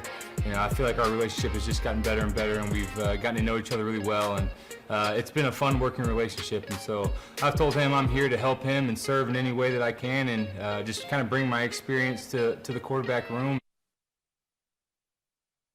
Andy Dalton, the new backup quarterback, entering his 10th year. Of course, when Cincinnati drafted Joe Burrow out of LSU with the #1 overall pick, Andy saw the writing on the wall in Cincinnati. So it's a great fit for him. 1-year contract here in Dallas. And how about this? This is interesting. He joins a quarterback room now with an offensive coordinator, Kellen Moore, who's the same age he is. In fact, they met a couple of times in college. Andy Dalton TCU beat Boise State in the Poinsettia Bowl in 2008. Then the following year, they met in the Fiesta Bowl, and Kellen Moore got payback in that game as Boise State beat TCU. And then to close out his college career, there's another Cowboys assistant coach, Scott Tolzien, who was the quarterback at Wisconsin. Well, Andy Dalton beat him in the Rose Bowl to close out his collegiate career. So there's some stories probably going back and forth there as far as Andy Dalton's concerned. By the way, Kellen Moore, you see Colin Kaepernick on that list right there. Kellen Moore went 50-3 in his college career at Boise State. 2 losses to TCU, and the other one was to Colin Kaepernick in Nevada. Wow. How about that? Hey, good man. When we had this opportunity, when they signed him, I was excited, man. A lot of people say, oh, it's a chip for this and that for Dak, but I'm like, nah. This is a coach in McCarthy, want a veteran guy to come in and help his locker room as far as helping Dak too in the study room. So I was excited about it, Mike. Yeah, invaluable knowledge. It really is invaluable knowledge. You say what you will. Andy Dalton has seen a lot of things, and has seen a lot of things that didn't go well. Yes. And that's knowledge in that also.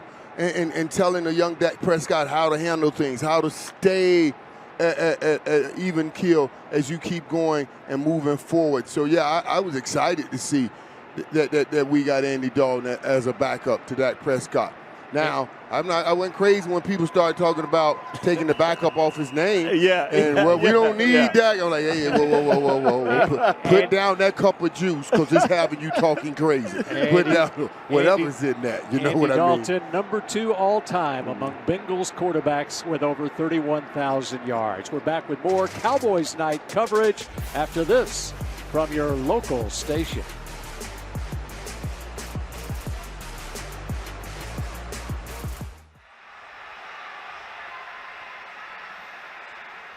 Team drills underway here at AT&T Stadium as we welcome you back up to the Whataburger Game Day set. Kyle Yeomans, Rob Phillips, Nick Eatman will join us throughout the rest of the night. He's taking a little bit of a break, but we're in the team drills now, Rob, and one of the biggest differences this year, no fans, at least at this moment in the blue and white scrimmage.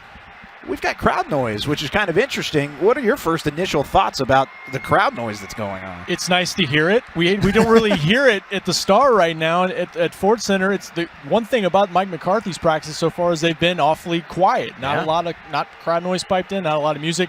Expecting, at least on the road, there's going to be games where there's no fans potentially. Now that's not going to be the story at AT&T Stadium, but it's nice to hear what sounds like a little semblance of normalcy there, I guess. A little bit. It sounds kind of like one of those high school games that they host here at the stadium where there's nobody really back behind us anywhere, but down low there's probably somebody down there, right? That's what it kind of sounds like. But talking about Andy Dalton and the quarterback room in general, just really quickly before we head back to the TV side of things, but Andy Dalton has so much experience. He has that veteran capabilities that he's already shown in practice, but what is the kind of impact that he has on that quarterback room in general? Just another voice for Dak, and Dak is always receptive to that. I think it's important to have another set of eyes on the field to go to. And again, the Cowboys playing the NFC North this year, not a lot of tape, any preseason tape on those opponents. I think Dalton spent some time in that division. That can only help prepping for what's going to be some games later in the season. That's a great point. The fact that you have a guy who has played them twice a year for the entirety of his career, almost a full decade full of it. 12th on the active list in quarterback completions, attempts, yards, and touchdowns out of all active quarterbacks in the NFL. Back to the TV side.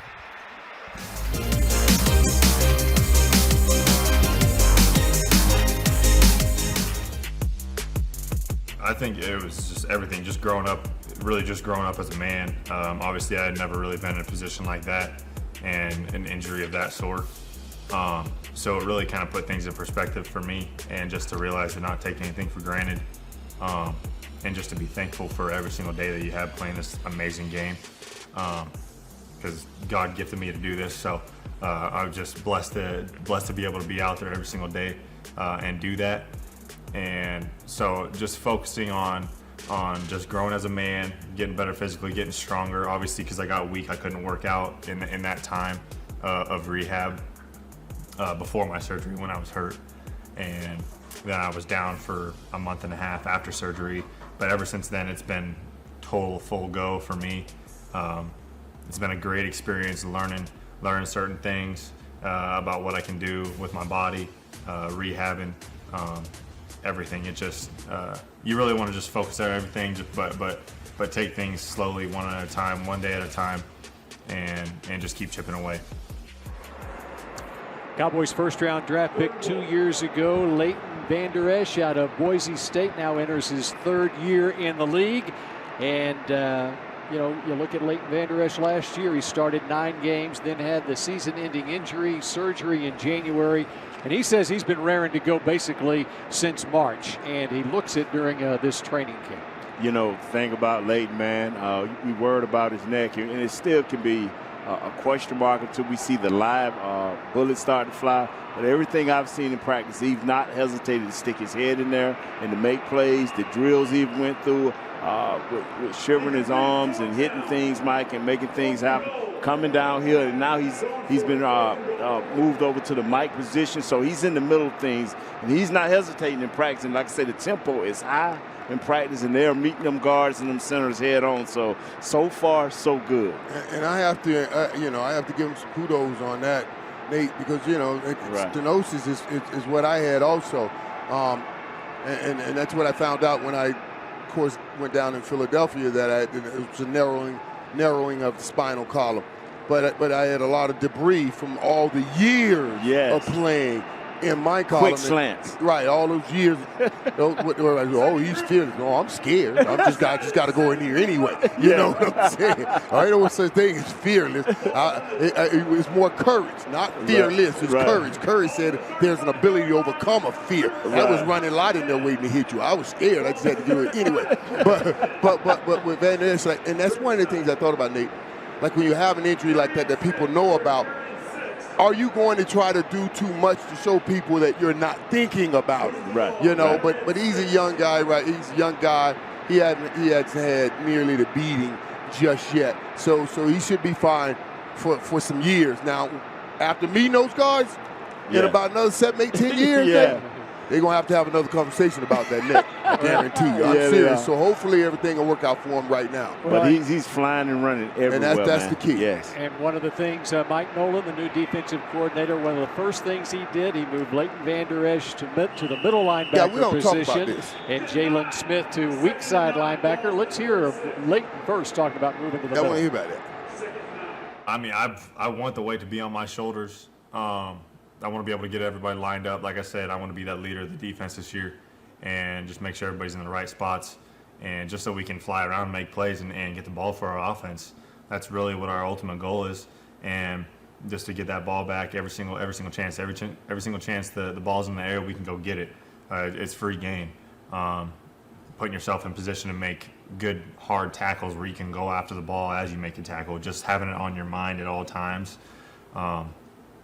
Just being that leader out there, that vocal leader for them, knowing that they can lean on me, that I'm going to give them everything I got on the field.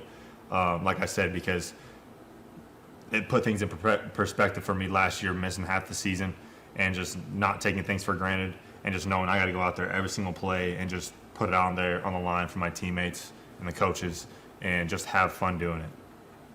And he says a lot that Mike Nolan, one of the first moves he makes is that. Of course, Nolan was the linebackers coach with the Saints the last couple of years. He's been a defensive coordinator a lot of years, a lot of different teams in his career, and obviously the former head coach of the San Francisco 49ers as well. But moving Jalen Smith out to the will, which frees him up as well, and Leighton into the middle, calling the defenses. What it does is it lets Leighton be that natural athlete that we've seen with the Bears and Erlach and guys such as that nature. He's got that type of talent, that type of ability. But what you really do is you free Jalen up. He don't have to think. He just think his assignment, and then he's just able to run and be who he can be. You don't have to worry about lining folks up. So it's a twofold thing where you give Jalen a chance to just be free and be that natural athlete that he is from as an edge rusher and as a free runner at all times. But Leighton is that guy that's going to line you up. And then when you got Sean Lee helping him learn how to study and break down film, this kid should be awesome. After this year, after he get the know-how, the ins and outs, and the tricks that we can do as inside lineman. Once he figure all of that out, with a little bit of help of Sean Lee, hey, he should flourish. And by the way, Sean Lee, you see him in street clothes there. He's not been working out, but everything is apparently fine. He's good to go. He's good to go. There's no reason to waste him in the preseason, of course, with his history. But that linebacking trio of there that they have there with Vander Esch, Jalen Smith, and Sean Lee, it's pretty good. Yeah, and when I heard about the move, that's why I wanted it. I'm glad you brought all of it up, Nate. You make some great points in there. And I'm going to tell you what I thought about. I was like, okay, what do they see in Leighton that they're putting him in the middle? Because when I think about middle linebackers, you think about the guys you just mentioned, Erlacher and all those guys. Just phenomenal. And I remember when they were drafting Luke Kuechly. Yes, sir. Boy, let me tell you. And I remember watching Luke Kuechly, and I told people, I'm solo after. I said, there's this linebacker named Luke Kuechly, and I said he's the white Ray Lewis. I said he's the white Ray Lewis. This dude was everywhere, man. I mean everywhere. So and now that was Ray was the man. Now Luke Kuechly was the man. So if you're telling me Vander Esch give me a white Luke Kuechly. Oh my God, we got something here. If you can tell me that's what you're telling me, we are about to get in the middle of this football field, because Kuechly was just a bad dude, man. And I'm gonna tell you something. They talking about Jalen Smith too, because you talk about Mike Nolan. Yeah. Mike Nolan saw that. I was here too at that game when Dallas played New Orleans 2 years ago, and Jalen took off and tracked.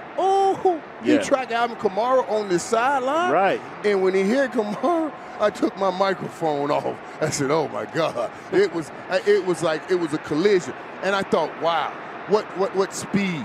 And now that he's able to just cut speed loose and not think, that's right. That's going to be terrible for some offenses, because that kid's so physically good. That's when you verbally changed your mind that New Orleans was going to beat Dallas, and we went back with your Cowboys. No, I was with the Cowboys all the way there. I lost my voice. I lost my voice in that game. Arguing with Smith.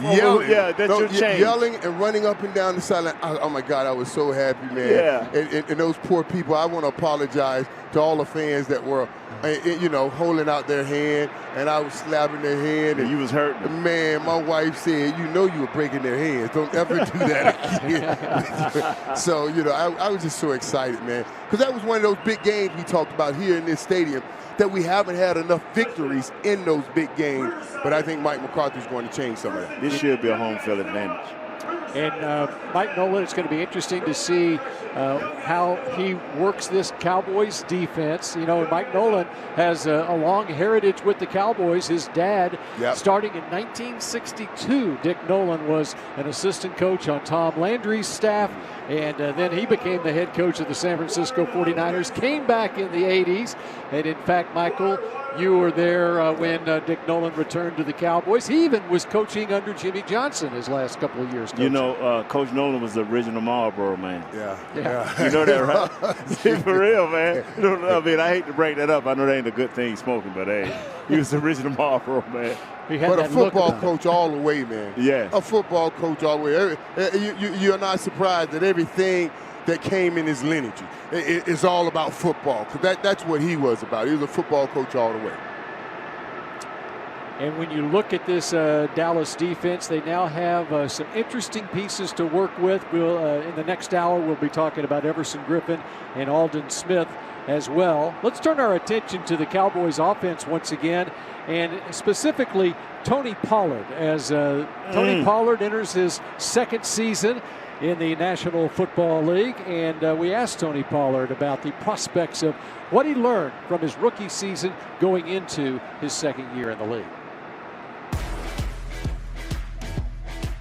It's my mental, my mental aspect of the game. Physically, I'm pretty much the same as last year, but mentally, I'm in a completely different state as last year. Just knowing how to play things and knowing what to expect, and just seeing things before that happen, just from the experience of last year, and having a whole camp under my belt from last year. A lot of coaches talk about the strides that a player makes from his first year to his second year is the biggest that he'll make in his career. If that's the case with Tony Pollard, look out. I tell you like this here, the few times I saw him, because I'm always into the running backs. Mike know that. I'm like, what is his difference about this kid? Well, what I noticed about him, I told Nick, Rob Phillips, I told him, I say, man, he's a little bit more smoother. And last year, he would just take off. He'll see a hole in his take off. Now he'll play the hole a little bit far. He'll ride the blocks a little bit before he explodes. He's learning where to read the blocks better, to anticipate. Right. And now when before he takes, he was just getting out of there. I gotta go. You better get over here and make this block. I gotta go. Now he looks a whole lot smoother, Mike. Yeah, it's so funny you bring it up. Last week, Wednesday, we had Emmett and I, we ate together. Well, last week, Wednesday, Emmett, Troy, and I ate together. The week before that, just Emmett and I met for lunch, and he was talking about that. Emmett was talking about that, talking about how, when you come to him and say, I'm trying to, and he's just say, hey, big fella, just get on him. I'll read you. Just get on him. I'll read you. Because it is something. You get in, and Tony Pollard's physically gifted. You get the ball. Think about it. Think about how that works too now, guys. At high school, and even sometimes in college, Tony Pollard gets that ball, he gets the pitch. He beats everybody to the sideline. He's up the sideline. He's gone.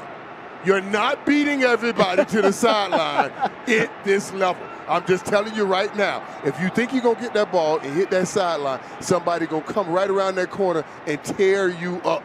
So he had to learn how to wait on them blocks. Yes. Like, wait, let this guy get out here before I get torn up. And that's a big thing. I can't wait to see what he does this year. And how about Skip Peete returns to Dallas as the running backs coach? You know what, man? I did a bad thing to Skip. We were in the lunchroom before this pandemic, right?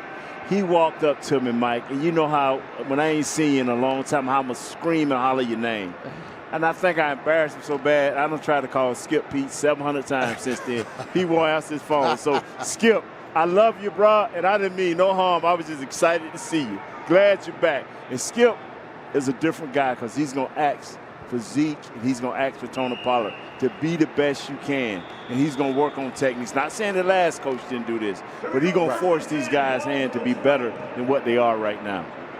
Yeah, you know, and I just like that we have, honestly, when you get a new group, everybody, it just kind of perk up their ears a little bit. Yes. You know, because we're all football players. Football players want to satisfy.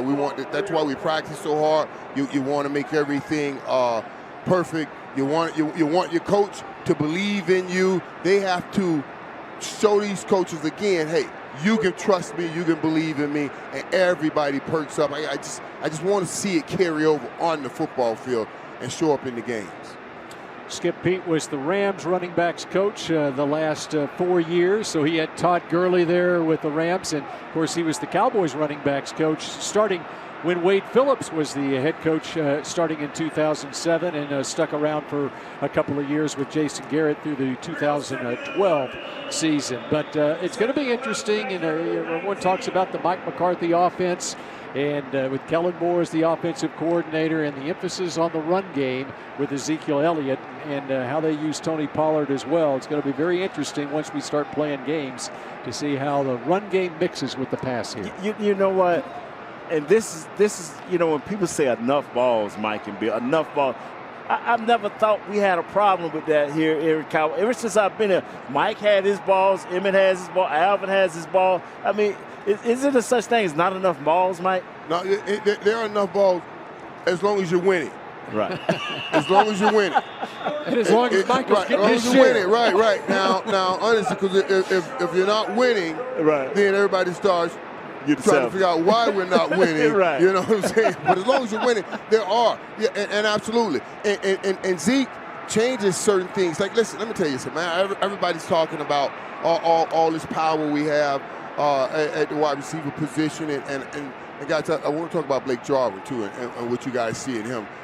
Because I think that's going to play a huge role this year. Blake Jarwin should play a huge role this year. But we're talking about all we're doing in the passing game. And now, if people come in, think about this.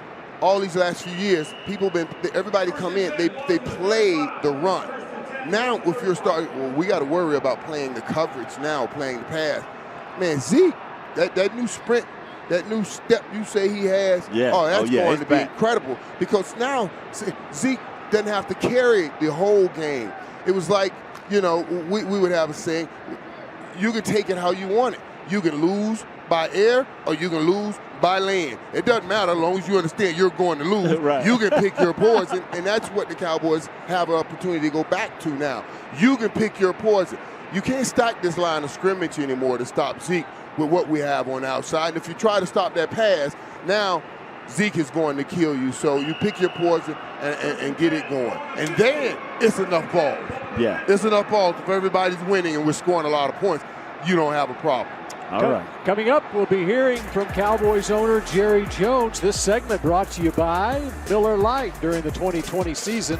Pick up special marked packaging at participating retailers featuring the Cowboys' 60th anniversary imagery and logo for your Cowboys season-long game-watching occasions and events. Is that your arms on them cans, Mike? On the Miller Lite cans? Are those your arms? Those are some nice arms. It's gone now. Look at that. Yeah. How about that Everson Griffin's arms? That's Everson Griffen, man. Yeah, that big fella. He's different, man. He's different, man. He's a baller. Yeah, he's different. Is he bad?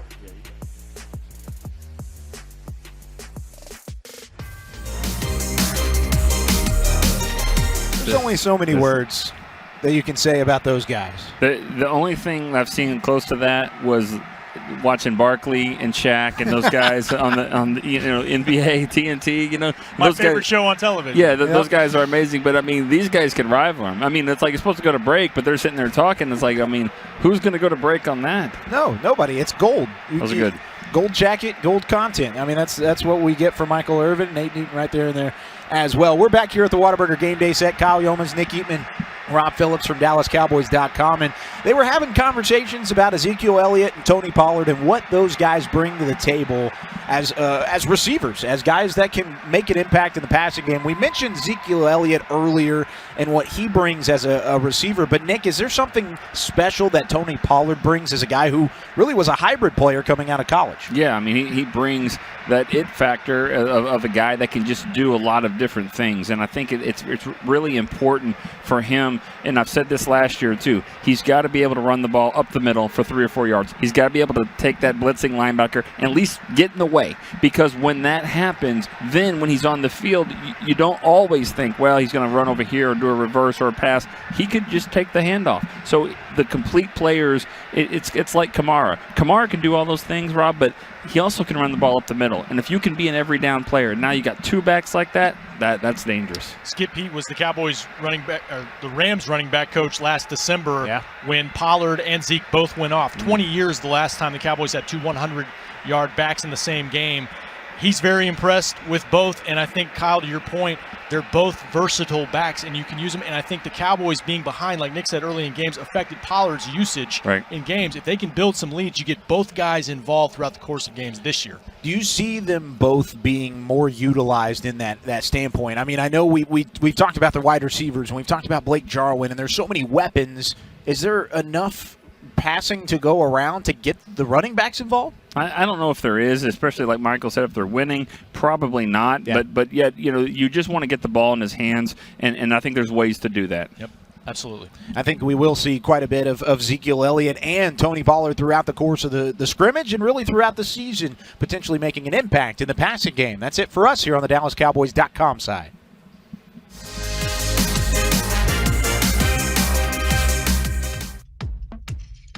It was my favorite football team growing up. Emmitt Smith.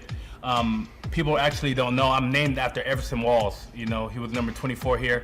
I think he played safety, linebacker, or something like that. But yeah, I was named after Everson Walls, and they always been my favorite team. But in this time, I'm trying to win a championship. I look at the pieces that they got here with Dak, Coop, Zeke, offensive line all around. So I think the weapons are put in place, and it's up to the players and the coaches to go out there on Sundays and win the games. But, on the defensive side, we're stacked. D-Law, Alden, me. We got a lot of good guys on that side of the ball. And, we're just excited to play football and excited to, win. Cowboys been one of my favorite teams all along. I'm excited to be here, man. I'm excited to play football. I still got a lot of gas in the tank, and it's going to be a really good year. It's going to be an awesome year to, learn this way and play with the boys and, and contribute. That's what it's all about, contributing.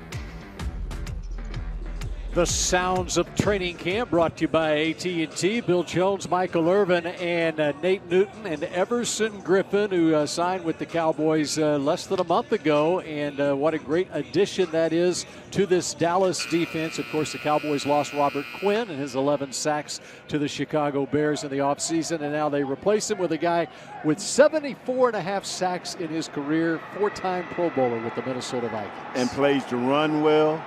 Got two great moves coming off for the pass rush. Has looked nice. Plays with high intensity. Got a great motor. Can share with the young guys. I'm telling you, we've been looking for that guy. And the last guy we had at that position was a great pass rush, but I'm talking about an all-around guy, Everson Griffen. He plays run a little bit better than Quinn, Mike. Yeah, man, and I love listening to him. I like what the Cowboys have done here and getting a few of these guys and saying, hey, this is a great opportunity for you. Everson Griffen, Alden Smith, all of these guys are a great opportunity. And if they're anywhere near what we've seen their ceiling to be in previous years, wow, this would be a home run for the Dallas Cowboys. Just a home run on that defensive line. You look at Everson Griffen, he has averaged around 10 sacks a season the last 6 years. Let's talk about Jalen Smith a little bit as well. And let's hear from Jalen Smith, who is returning to the football field for the first time in 5 years. We got something to prove this year. Not only this defense, but this entire team, man. It's been too long since we won, and that's our focus. I'm sorry, I was thinking of Alden Smith. Hey, I don't hear from Alden. I said Jalen. Hey, listen, right. But they brought you Jalen's Jalen. been on that field. But they on top of it, so they brought you Jalen, baby. And I'll talk about Jalen again. I think the Jalen that we saw last year was a little bit off kilter. I think he's refocused, got his mind back right. I think last year, Mike, he went off and got a degree from Notre Dame, so he didn't give that on-the-field work that he gave previously when he was coming off the injury. Now he's had a whole off season to rededicate himself, and now they put him to that wheel backer and other positions where he can just freely run and be who he can be as an athlete. We'll see that guy close to what we saw at Notre Dame, I think, either 2 years ago. Yeah, Jalen's a smart guy. I mean, he's smart. He's an impressive guy. Right. And I guarantee you, he's going through his whole process, because you have that great first year, because all we were talking about, all he was doing was focusing on getting back on the field. He got back on the field. He started playing great, played well, got a big contract. And when you get all of that success, as Coach would say, everybody's patting you on the back. Sometimes there's a tendency to start taking care of a lot of other things and not focusing on the main thing. Yes. And then it shows up on the field and you don't play like you thought you should have played.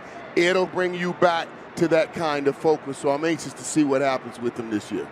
The talent that Jalen Smith exhibited in college, had he not had the injury, he was projected to be a top 5 pick, and it turned out, of course, he had the injury and he slipped to the second round. And it's just a testament to his work ethic and so forth, the way he was able to come back from that gruesome injury that he suffered in the Fiesta Bowl in college. Wow. Just such a good dude, too, man. I was the one, I drafted him. I still have that card. I tell him every year, just trying to push him, just trying to encourage him everywhere I can, And now, I tell you, when I first drafted him, and I showed, I Mike, said, man, you taking ownership of that for real. I love when you first drafted. I mention it every year. When you first drafted. Well, when they let me call his name. You know what I mean? They let me call his name. When Commissioner Goodell gave me the card, and I got to call his name. And just wanted to encourage him. I said, man, I still have that card. And I told him, I showed him. I said, I told people I'm going to have him sign this card when he shows up in Canton one day. And I want to just give him something to look for. He said, man, I said, I have it. And he's done a great job getting back on the football field, man. That was incredible. That's an incredible journey. You got to respect that. Of course, Jalen Smith amongst the veteran guys that are back this year, but you look at some of the newcomers for the Cowboys. We talked about Everson Griffen a little bit. Here are the notable additions in the offseason, including safety Clinton Dix, who was a first-round pick of the Packers back in 2014. Andy Dalton, Cam Irving, who projects to be the swing tackle. He's a former first-round pick himself. Dontari Poe, a former first-round pick. Alden Smith, a former first-round pick. And Darian Thompson was a third-round pick of the Giants, who has been impressive in camp. And then Greg Zuerlein, who was a sixth-round pick as a kicker of the Rams in 2012. Some pretty good additions, though, in this offseason. And we're not even mentioning Gerald McCoy, who was a first-round pick and the number 3 overall pick. And that was the worst news that has happened at training camp was in the first padded practice, Gerald McCoy goes down with a quad injury that required season-ending surgery. And due to his contract situation, we had a quad injury clause in the contract. He was released. But you talk about a guy who, even though he can't go in the building and is not a member of the team now, Gerald McCoy is a guy mentoring some of the young defensive players, defensive linemen on this team. From the day they signed him, man, that is what he said, Mike. I want to help these people grow. And not Dontari Poe, but the other kid, Gallimore, and he took a liking to him, got OU connection. He said, man, I'm going to bring you up in the right way. I'm going to teach you how to be a professional, Mike. And teach him how to watch film. Yeah, and that being a professional is what gets you there. You know, you can come in with all the talent in the world, but you have to learn how to be a professional. Some guys, you were born that way, Mike, hungry and professional. But me, I was a little bit immature. No, Nate, no. Trust me. Don't even go there. But did you start from day one? Did you not start from day one? I did start from day one. I did start from day one, but I don't know that you can put mature on that. No, I don't know that you can put mature on that. You know what I'm saying? I started on the football field. I started a whole lot of mess day one too. But that's just another story. But let me tell you, man, I felt for him. Yes. I felt for Gerald McCoy. I know Gerald McCoy bought the house, bought one of my friends, a doctor friend of mine, bought his house, and he still went through with the purchase. He was closing on the house the day he got hurt. And he still went through with the purchase. And there's nothing to say you can't come back and sign with the Cowboys again next year. And that's what I'm hoping, and that's why I bring it up. So I'm hoping we'll get an opportunity to get that for him to play with the Cowboys, because I know he wanted to play here. And I know that guy right there, Jim Tomsula, wanted to coach him, and Jim Tomsula is excited about the other defensive lineman that he's coaching. Tomsula, one of the more respected defensive line coaches in the National Football League. Of course, the Cowboys lost one in Rod Marinelli, but Tomsula, who was in San Francisco, in fact, under Dick Nolan, there's a guy right there who is a roll up his sleeves and get down to work kind of coach. And, of course, he eventually became the head coach of the 49ers 5 years ago, and most recently was with the Redskins. Yeah, and does a great job coaching. And guys, we were talking about McCoy. He coached on the front end. I'm going to tell you something, man. And I don't even know which one it is. And I'm looking for Ha Clinton Dix out here. I want to see what we have at that safety position. Number 27. Yeah, find the number. Right. Find that number. Because, you know, I've always thought he was a gifted and talented player that wanted to make plays and try to get you some turnovers. Now, sometimes I thought that he would make a decision on trying to make a play at the wrong time. Right. You know what I mean? I want you to try to get the ball back. The great ones always do that, you know, but you have to also be calculating on when to take the risk. You know, if you're up by 10 and we're killing clock, don't go for that interception. Let's just keep, don't go for interception and give up a big play. Let's just keep chopping down these plays and killing the clock and making a play. And Ha Clinton Dix, I want to see if Mike McCarthy and those guys can help control that. Help him know when to try to make that big play, not always try to make it. Clinton Dix with 16 career interceptions in his 6 years in the National Football League. When we come back here, we're going to be joined by Cowboys owner Jerry Jones. This segment brought to you by AT&T.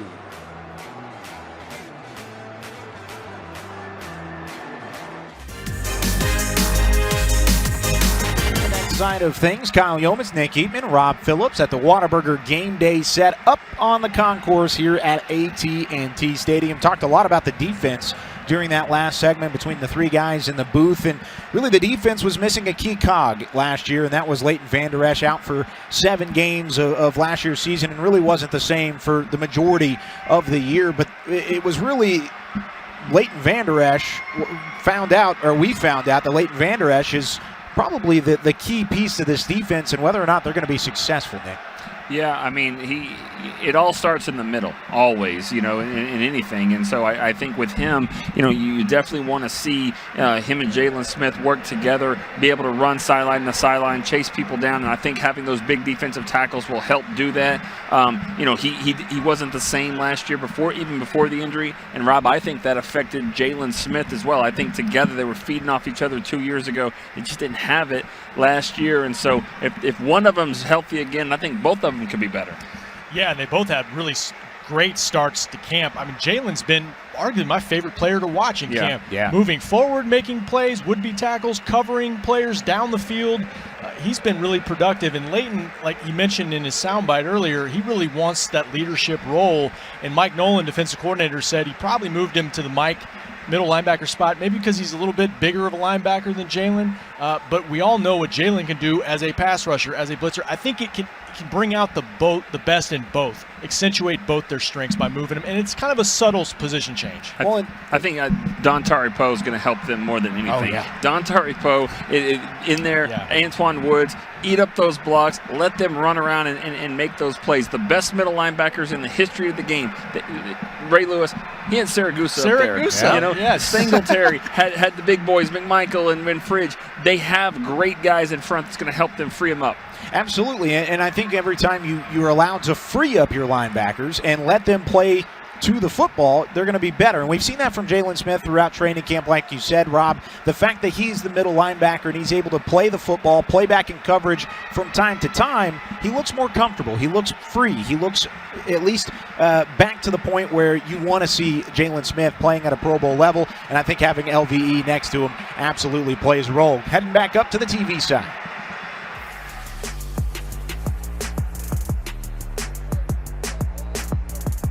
Cowboys embark on the club's 60th anniversary season here in 2020. The team will wear established in 1960 patches on their jerseys throughout the season.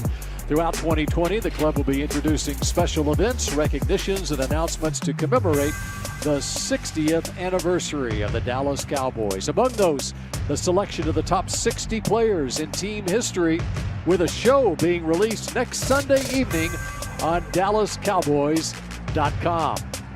As we welcome you back here to Cowboys Night at AT&T Stadium, the Cowboys practicing, taking a break from training camp at Ford Center at the Star in Frisco to have their one practice here, simulating a game night here at AT&T Stadium. Bill Jones with Michael Irvin and Nate Newton, and it's our pleasure now to be joined from across the way. Cowboys owner Jerry Jones joins us now. And Jerry, I got to tell you, when Michael came into the booth, he was so excited that we've got football, okay? And there's a lot of people over the last 5.5 months that wondered if this would be possible. How does it feel like for you to be able to watch at least your team out here on the football field at AT&T Stadium? You know, I'll take a read on Michael's instincts every time. If we're out somewhere, I like it when Michael perks up. He's always got the right read. I'm right here with him. This is very exciting. I must tell you that I didn't think we wouldn't be here about 4 months ago, 5 months ago. And then as we moved toward opening of training camp, I got very discouraged that we possibly that we were going to have the challenges that we're having. I must tell you that might have been the low point. These last 2 or 3 weeks, the way I see our team getting acclimated, they're getting used to the ambiguity, if you will, of playing football this year, whether it be how we're practicing, whether it be how we're testing, if we're going to practice. All of those big ifs are out here, and frankly, we're finding out we can play this game and want to play this game on the run. Yeah, boss, and we're so happy that we are going to be playing this game, Jerry. But a lot of excitement around the hiring of Coach McCarthy in the team this year. Talk to me about what have you seen out of Coach McCarthy that you did not know and that surprises you the most? Well, I saw his big self sitting behind that desk in the dressing room. And I said, you dog, I said, you came here 3 times and beat us every time you were in here. And now then you got the audacity to be sitting behind this head coach's desk in this stadium. And so he wasn't taking me serious for long there, but it was good to see him sitting at that desk. I asked him if the accommodations were good enough down there. You know, we had Mike McCord, our equipment manager, design the equipment room for the stadium here, certainly for the Cowboys. You could put 10,000 people in that damn place. He designed it so big. I believe you could have 5 teams worth of equipment down there. And, of course, I'm getting on Mike McCord. But it's great to see Mike sitting in that dressing room. Great to have him on this side of the field. And I think the best way to say it is he's unflappable. Obviously, this is a challenge for anybody that has a coaching mentality. Coaches really like to have it organized schedule, repetition is a major word in football. Well, you can throw all of that out this year now. If you get to do the same thing twice over a 2 or 3 week period, we're going to be lucky. Yeah, Mr. Jones, good to see you. This is Nate. Nate. This is what got me amazed. Y'all went out and had a spectacular draft. But tell me about Everson Griffen and Dontario Poe in free agency. Well, Nate, you're just as impressed as I am. I look out there and I say, what is this? Here's Everson Griffen out there, and here's Dante Poe sitting on the same front. By the way, having that Aldon Smith sitting over there with them, and right in between them, a revved up Crawford. Now that's a hand to deal to right there. But I like the depth that's in behind this group, and frankly, it's as impressive a group of players. And I'm not talking about their names on a depth chart. I'm talking about when you get out here and watch Aldon Smith, you watch Dante. It was good to see him. I was going back reading his scouting report when he came through for the draft, and they said, when you see him, you'll understand what a big man looks like. Now, he looks like an interior lineman in the NFL, and of course we know he plays like it now. You know, we look out here, and there's such a different look to this preseason, Jerry, without the preseason games. We look out here, and we're seeing no numbers on the jerseys, but that's something that Mike McCarthy and the coaching staff needed to do to make sure that they can keep their competitive advantage going into the season, right? Well, yes, and what's unique is that we'll be cutting down at the end of next week. Well, this really is the first exposure. When I say cutting down, we'll be going down to our normal roster size from the 80-some-odd players that we have now here. Well, that leaves us just a matter of 2 or 3 days. Why have some down the line, and this is really what this is all about tonight, why have some down the line guys that we may want to get over to our practice squad? Why have them come out here and show up with a number so that you're just advertising them for another team to look at on this presentation tonight? So that's what that's all about. It's just not like we were doing preseason, had weeks to continue to evaluate. We're going to have to make some decisions on these guys, and we're going to have a couple of tough decisions. Jerry, we were up here talking earlier, and the guys informed me of the code of secrecy around Dallas now, and how you have to carefully talk about what's going on the football field. But I'm going to try to focus you in a little bit on Diggs, the cornerback. Talk to me about what you've seen in this young man. Well, you saw tonight, you saw him a couple of plays earlier in those early pass drills. You saw that length. Boy, does he have, he has the length. Of course, he's tall. But he's got great arm length. But more important than anything, when we were interviewing him before the draft, he took such pride in the fact that he had worked with his brother, Stephon. He had worked with him, and what all they practiced was receiving. Right. He played the ball.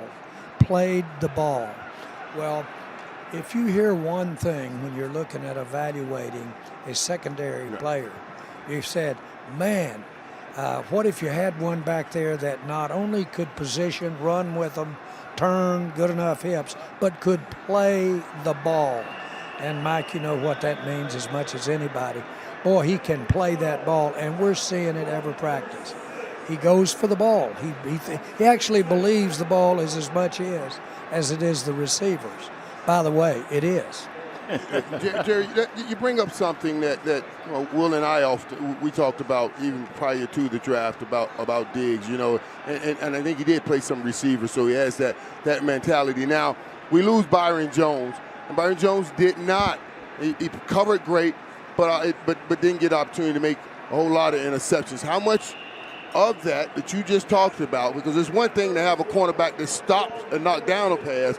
It's a whole nother thing if you can get a guy that can catch it and run it the other way. How much of that played into the decision of us not having Byron Jones here, and certainly us going to get Diggs? Well, when we evaluated the corners, there were at least 3, possibly 4 players that were right there that you could use a first-round pick on. And candidly, the one that certainly our coaching staff and Mike, but frankly, Stephen, Will, all of us, he obviously was a receiver in a cornerback's clothing. And that was the difference. And that's when we sat down, we said, well, what if X falls to us, or what if X falls to us? Almost unanimously, we said, if Diggs is still there, Diggs is the ball hawk. And it really was quite a relief after we had gotten Lamb to have Diggs be there for us. Mr. Jones, I got to ask you about this because Playmaker brought it up, Michael Irvin. He say this CeeDee Lamb is got the potential to be the best 88 ever. Is that true? Well, he's being modest. He said he can play several positions. Right, well, because he plays inside and outside. Most of us were one guy playing what they call one-trick ponies. Right. We played outside. This guy plays everywhere on the football field. Nate, yes, did sir. he have that beautiful smile from ear to ear, from ear to ear, and those eyes rolling? Yeah.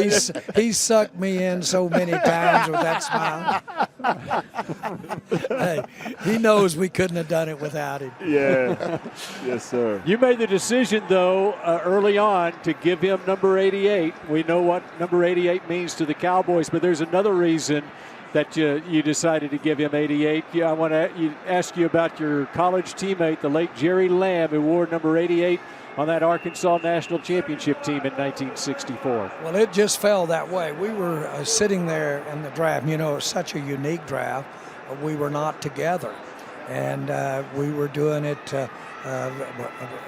and it was really very successful for us. I think we ought to do them all that way because, frankly, I got to zero in more on the interviews and more on the information. But we were sitting there in that draft, and boy, there our defensive end fell to us from LSU.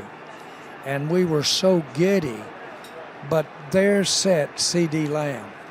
And I'll never forget, my grandson, Shai, reached over and punched me. I was sitting on the couch, and he said, "Production, Papa. Production. Look at his production. Look at his production." Now, my other grandson had told me when they played LSU at Arkansas, everything they did, they had the game plan around that pass rusher. So you say, well, what is this, listening to grandsons? Well, and I looked up there and just reminded me that last name was Lamb. We had it all for the right reasons. He's just a unique football player, unique talent. And boy, it all fell together, and it just really was almost like an omen. He was certainly one of the best friends I've ever had. He lived vicariously every breath that I've got to be involved as a Cowboy. And Jerry Lamb was an outstanding, great player and great leader. So, Michael, when we started talking about him having 88, you know, there was a little pushback early, just a little bit of pushback on that deal. Well, I was reminded there doesn't need to be any pushback. Just say that's what's going to happen. He's going to wear 88. Don't worry about it. When he called me to share with me about all of the 88s and all of the talk about 88, I told him, I said, listen, I hear what you're talking, but when you walk in that room with that fella you're going to meet with, Jerry Jones, let me just tell you, he's very convincing when he starts talking. Yes, you know, he is. But he's a great kid. He's coming in with an edge with that 88 on, Michael. Yeah, he's a great kid. But, if he gets close, partner, if he comes even within any distance of you, 88, then he's going to have him a Hall of Fame career. Hey, yes, he is. Hey, Jerry, before we let you go, one of the things I was most impressed with you in your opening press conference of training camp was just the can-do spirit that you had in regards to this pandemic and making sure that this team and this league is able to do everything it can to play games.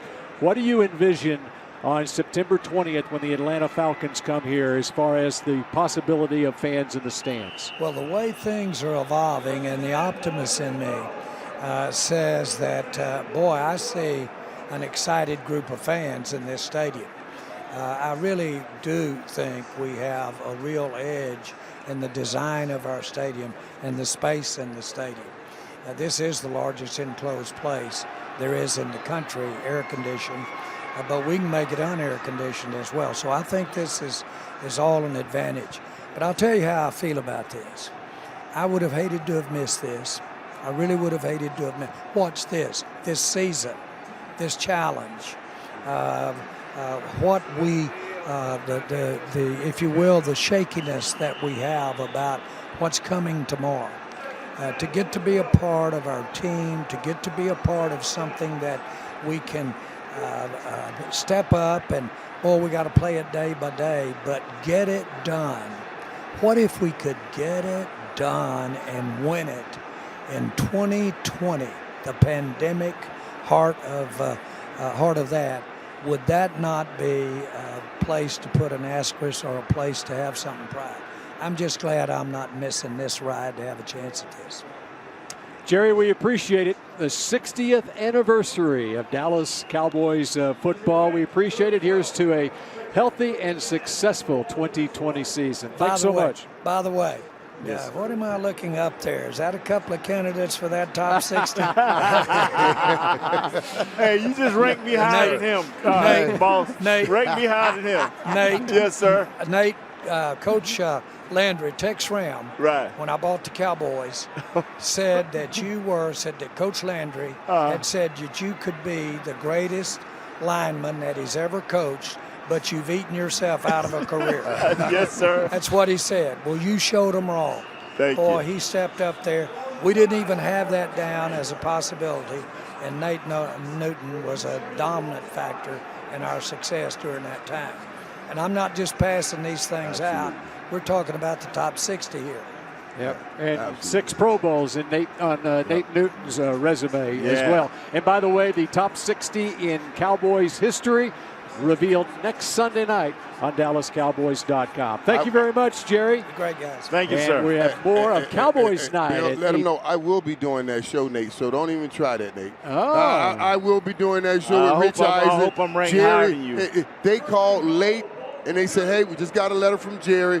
You're doing the show. I said, you didn't ask me. He said, Jerry said you're doing the show. I said, I guess I'm doing the show. That was just what it is. I'm ranked high. They built the team around me, man. They know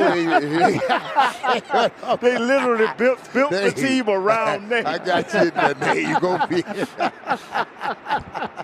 All right, we continue with more Cowboys Night at AT&T Stadium in just a moment. Yeah, that is.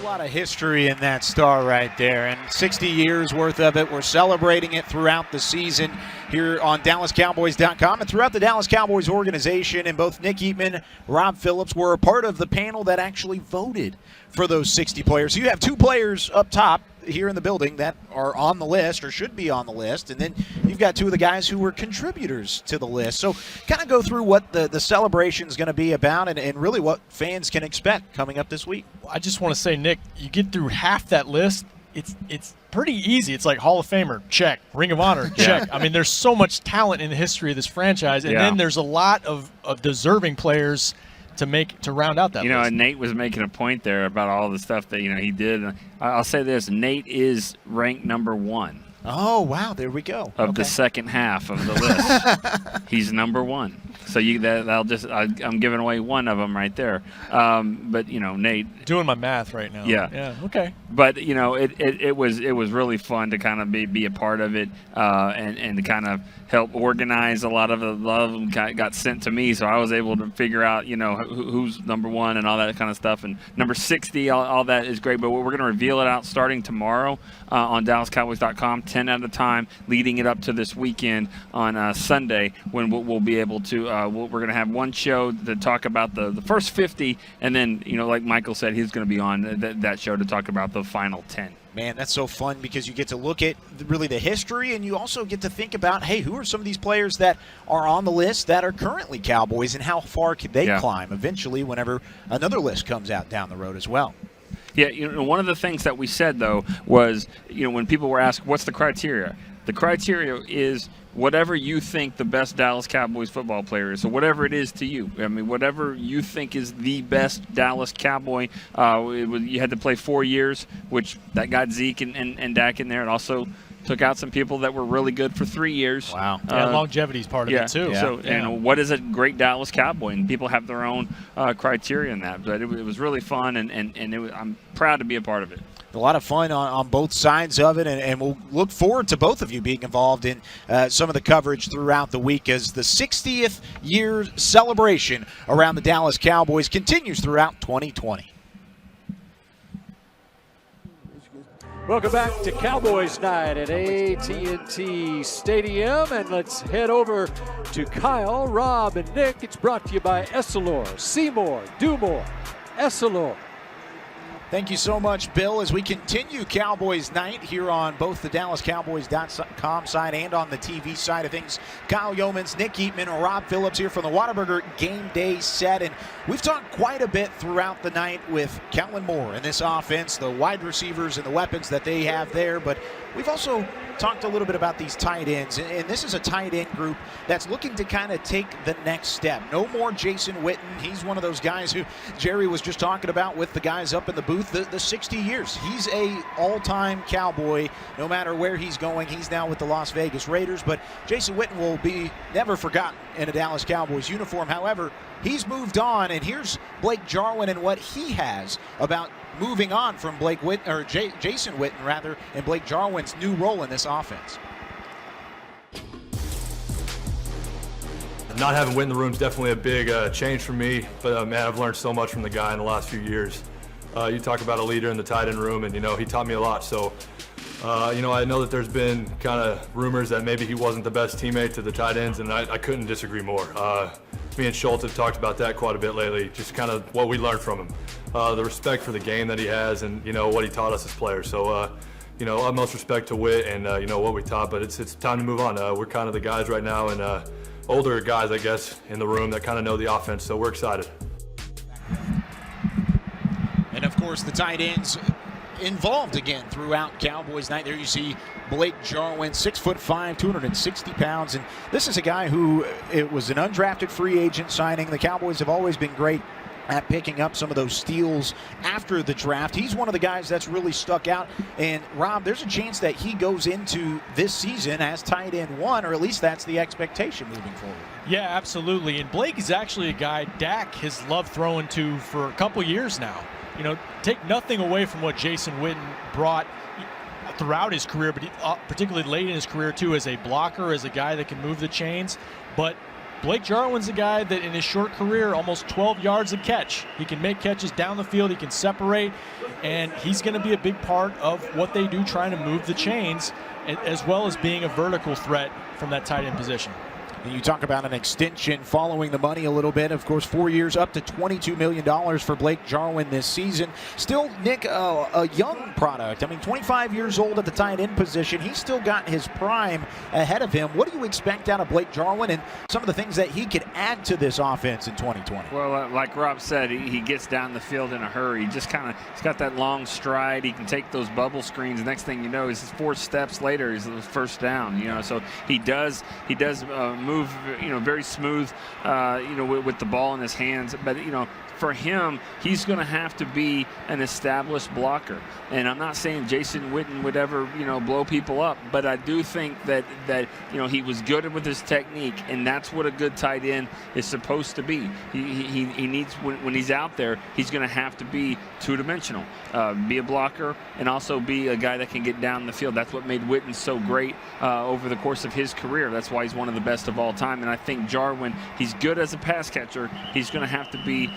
He doesn't have to be great. You just have to be solid as a blocker. There's still a lot of expectations and a lot of growth to be had in that tight end room without Jason Witten as a part of the fold. Blake Jarwin, Blake Bell, Dalton Schultz, all a part of that. But we will talk about the tight ends and much more when we return on Cowboys Night after these messages from your local station.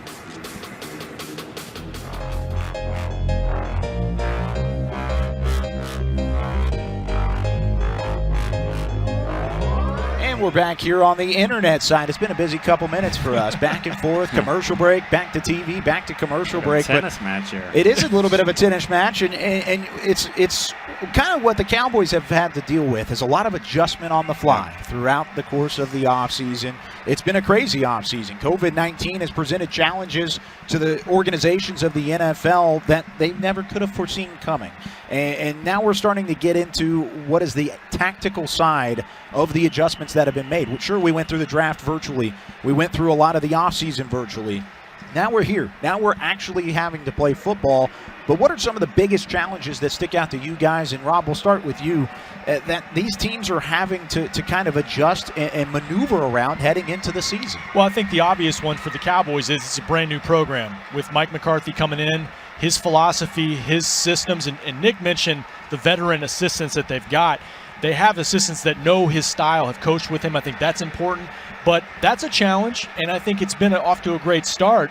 But on top of that, you're also not being able to evaluate some of the younger guys as much as you would like to. Those preseason games aren't there for the young guys to stand out and try to steal roster spots. So they are fortunate in that regard, though, to have a veteran core, and they've added a lot of veteran guys that are going to help. For me, the disciplined team is going to win here. And the disciplined team who was running routes, who created a football field in their backyard, who continued to maybe they got a gym membership down the street just to get better.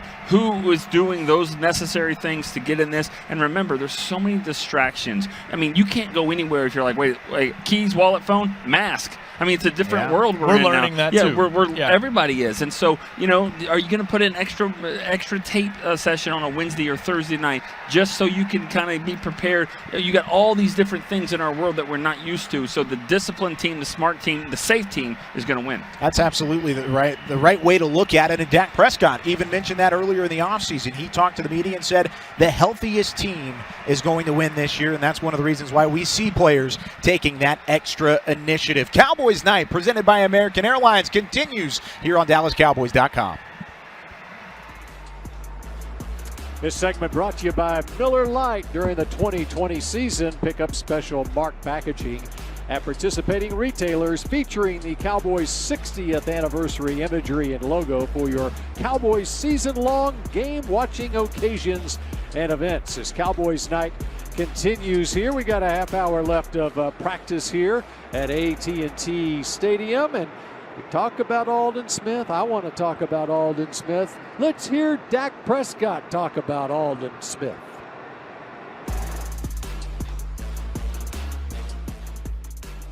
He's a man. He's a monster. Damn sure doesn't look like he hadn't played in 5 years. Doesn't play like it. Energy would never tell you that.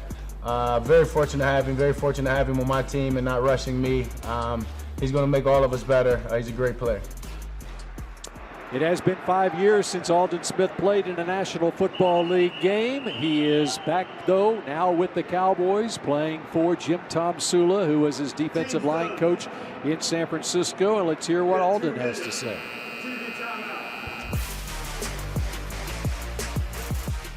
I hold myself to high standards, and I always believe I can perform with the best, and I feel like I'm one of the best. So whenever I step on the field, I just want to produce. Aldon Smith, Michael, what about coming back from 5 years off? All the reviews are very positive so far on Aldon Smith at training camp. Yeah, first of all, I'm happy for him. You know, I'm always pulling for guys that have had some valleys, and certainly he's had some valleys in his life. I'm always pulling for him to pull out of the valley and get back to a peak, and that's what he's trying to do, and thank God for that. And this is a phenomenal kid coming out, is a phenomenal talent. We used to do this show called Game Changers, and we would bring in the young guys right before they get drafted and work with them. And I met Aldon his rookie year coming in, and he was saying it then. He said, "Man, everybody's slipping on me. I'm the best pass rusher in the game." Right. And I was looking like, who's this skinny dude here? Who is he talking, right? I didn't even know. But he was. Yeah. He was. 14 sacks his rookie year, 19 and a half sacks his second year. Tripped me out. I was like, man, that dude, and we became, I got a chance to talk to him a couple times, man. And from what I heard, how he's worked out, how he's gotten himself back, and again, fighting back for some of the valleys, man, I'm just hoping and praying the best for him, man. But if he can get, like I said earlier, anywhere near the old Aldon Smith, man, wow, it'll be incredible for the Dallas Cowboys because he was a phenomenal pass rusher. When he played back in the day, he was about 240, 250. He 280, about 270, 280. His hands are heavier. He haven't had a lot of work against Tyron, but he's battled when he's went against Tyron. And I just hate to say this, the guys that he went after Tyron just a non-factor. So that's why you heard Dak say he's a man. Right. Because those other guys have been non-factors. He's looked nice in practice. And the only thing he needs now is games. He needs that live ammo coming at him. So that steel can get sharpened just a little better. When I see him, I will let him know, don't worry about that with Tyron. Don't worry. That's just life. Don't sweat that. It's been a nice battle when they did. I don't even want to tell you his name, but I was at an event with a very good friend of mine. He plays in the league right now. And if I tell his name, he'll be mad. Yeah. But we were at this event, charity event, and he was telling me, he said, "Hey, man," he said, "the first time I went up against Tyron Smith," he said, "Oh, my God." He said, I said, "What? Tell me," because we were in the locker room, we were talking about it. I said, "Tell me what happened." He said, "Man," because when I saw him, I said, "Oh, I'm about to get around him so fast. He's a big dude." He's like, I was like, I'm going to get right around him right now. They snapped the ball. He dropped back and grabbed me. And he said, when he touched me, I could not move. He said, I was peeking out the side of my eye to see if my son saw him handling me like this. And he was like, he said, I wanted to put me down. My son's watching. Put me down. He's phenomenal, man. Yeah. Tyron's just phenomenal. Don't worry about him. Just beat everybody else. Yeah. You're not going to beat him. That's just a different taste right there. But if Aldon, man, it's just, let me say this too. There were a lot of things said even about Jerry, when nobody heard from Jerry and everybody wanted Jerry to speak up. And I would always say, I'm an African American, and I want everybody to feel or think or say that Black Lives Matter. But I don't want it to just be words. We should also always look at the track record, the footprint that men have laid in the sand. And Jerry has placed some footprints in the sand that we should take a look at before we make any statements about his character. We have to look at what he's done. And he's giving guys like Aldon an opportunity. And like Jerry always says to me, Michael, I just want to make sure I give guys an opportunity so that their story can end well. And to me, that matters. And I love him for that. And the story continues for Aldon Smith with the Dallas Cowboys, thanks to an opportunity from Jerry Jones. We continue. We talk the safety position for this team when we come back.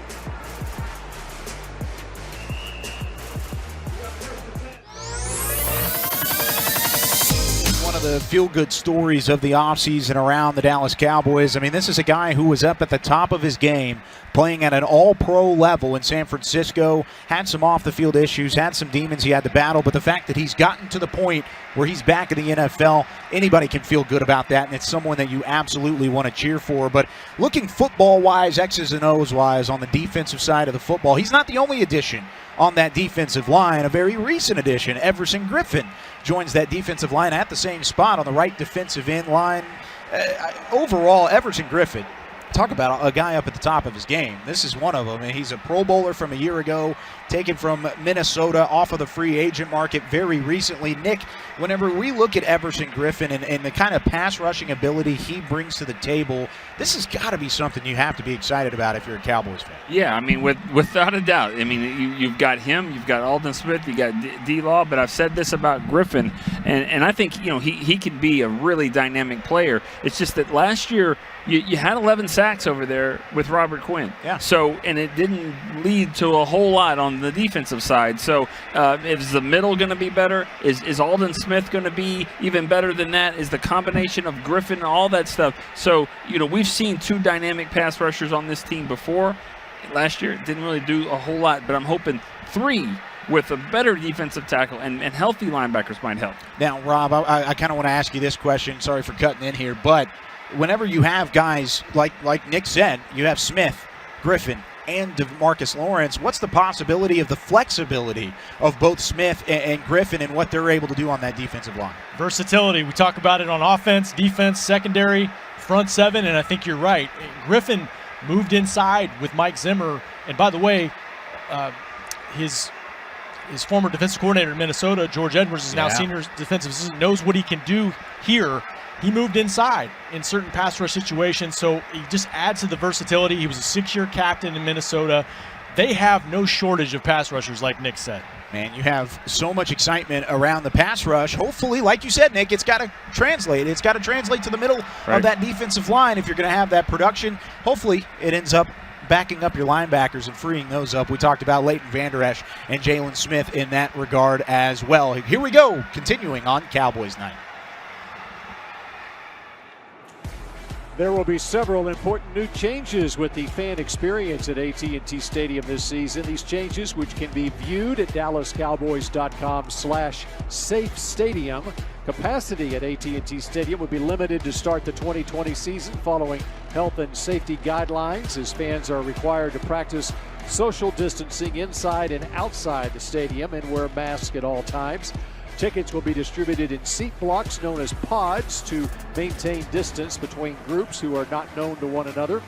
And beginning this season, all food, beverage, parking, and retail will become a cashless experience, and all tickets at AT&T Stadium will be digital and available through fans' mobile devices. And check this out here at AT&T Stadium as the windows on the west side of the building are open. You see the sun setting here in Dallas-Fort Worth. Jerry talked about the advantages at AT&T Stadium in this climate and being able to open the windows, or even open the roof if he wants to, and increase the ventilation in here, which is key to safety during this pandemic. And so I think we're going to have those windows open quite a bit this year. Oh yeah. They don't have a number in mind just yet, but believe me, Mr. Jones been known to get excited about numbers.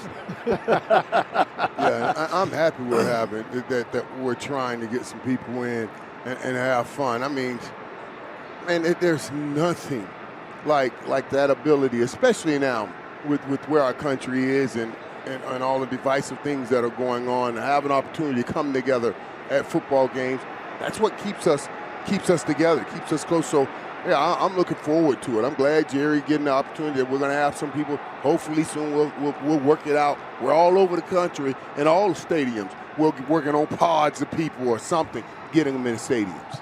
All right, let's talk the safety position for this team. And Darian Thompson has had a good training camp so far. Of course, we talked about HaHa Clinton-Dix signed as a free agent in the offseason. Let's hear from Darian Thompson and his thoughts during this camp. It's been a rough journey. It has been a long journey. This year 5, like you said, I played for the Giants, started for the Giants, went through some injuries, a couple team changes. Just kept my faith in God, stay strong with the word, and continue to work. So, like I said, that's what I'm doing now. I can't tell you what the future will hold, but I can tell you that day in and day out, I'll do the best I can. It's interesting when you watch the DBs in this training camp. It's one safety spot. Xavier Woods has the spot locked down and going into his 4th year, contract year for him. And then things are up for grabs for the other safety spot. And there's some other candidates, even at the cornerback position, who get an opportunity and show their versatility to play a little bit at safety. But Darian Thompson is a guy that has garnered some attention during this camp. And been almost getting equal reps with HaHa Clinton Dix. They like what he's doing, man, and he's making plays. And I slightly remember him at the Giants, a young guy. He made some plays there. He got some balls out of there, Mike. Yeah, you guys, and I don't mind it. And I'm sitting here thinking about maybe we should have drilled Jerry down a little bit more on the Earl Thomas and all of the stuff that's going on around there. Right. Did you guys get any word like, don't touch the Earl Thomas situation? At this point, right? That's At what this point, it so seems like. it's not like, that's interesting too, because it's a young secondary. It's a young secondary, and we talked about the knowledge. And the blessing of having a guy like Gerald McCoy give some of these young guys knowledge, and it'd be interesting to see what happens on the back end. Well, let's drill down on with Michael Irvin on Earl Thomas. What do you think? When a man does all that he does, all he did to run up to the locker room to tell a coach, come get me. I don't care what he did at the other place. You gonna come get him. He gonna work out here. He didn't do all of that for nothing. Yeah, you know what I'm saying? He didn't do all that for nothing. And I'm just saying. And you hear people saying with the Earl Thomas, and maybe he's not the same guy physically and everything. And if you're saying that, okay, you can say that. You want to show me something on tape? Okay, you can say that. But he is mentally shoulders up, even if he's not who he was, shoulders down. In the middle part, he could help all of these other guys with learning how to make those plays. Even a guy like HaHa Clinton Dix, who I talked about earlier, like to take some chances at gambling and trying to make a play. He can help him with when to try to make that gamble and make more of an educated guess. When playing quarterback at a free safety position, how to fool the quarterback. I told Ed Reed when I started working with him over at Inside NFL, I said, listen, stop talking football from a quarterback's position or a wide receiver position. You talk from the safety. You did stuff at safety that nobody else has done. That's right. You fooled quarterbacks. Talk about it from that position. Earl Thomas has fooled quarterbacks. He knows it from another position. I think he would add a lot to this team. And that foolery and all that, it won't happen here. He didn't do all of that to get here to mess it up. It's the one time, I guarantee you, he'll be right. All right, more from Cowboys Night at AT&T Stadium in a moment. Trying down on Mike. Yeah, right.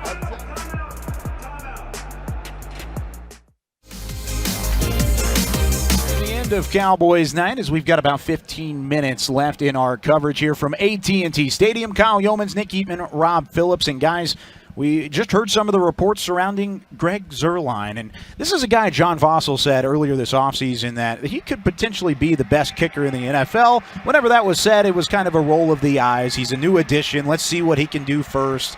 He's been fantastic, to say the least. And what? He missed. He missed? He missed a kick. How dare the guy? Oh, my gosh. Was it from 30 yards? I don't know. Was it 40 yards, Rob? What was it? What did he miss? Twitter says it was 60, but he made a 60-yarder, which he's Greg the Leg, right? Yeah. So the name fits. Yeah, I mean, it's great to have. And everyone will say it. That's awesome to have in the game, into half, to have that weapon. Yeah. Make him from 38, make him from 44, make those kicks and make your extra points. That's what you need in today's game. But, he's been good. He's done everything that he's supposed to do. And he was injured. last year. He's better now, and it shows. Yeah, he had the groin injury last year, but still went 14 of 15 from 39 yards in.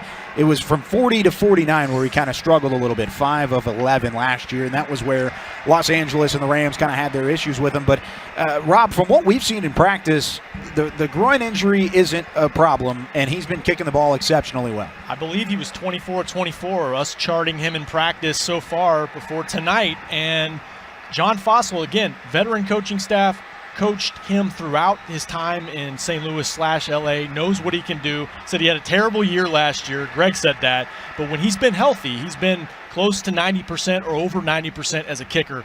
Cowboys just didn't have enough consistency there last year. They should have that this year. Kicking is mental. We know that. I mean, you got to have that. And just by talking to him or listening to his press conference, no excuses. Doesn't matter. Oh, were you hurt? Doesn't matter. If the ball's down, my shoe's on, I'm supposed to kick it, and I'm supposed to make it. And I love that mentality. Yeah. Well, back in the day, they didn't have the shoe on. That's fair. Tony Franklin and some of those Carlos. guys mixed in there. Never understood that. A little bit different, and I don't believe we'll see that in maybe quite some time in the NFL. But, hey, whatever works. If Greg Zuerlein's making kicks, let's make some kicks. And he's been making his kicks throughout training camp as we continue our coverage here for Cowboys Night. Trophy number, and I'm going to do my best to, just keep it going.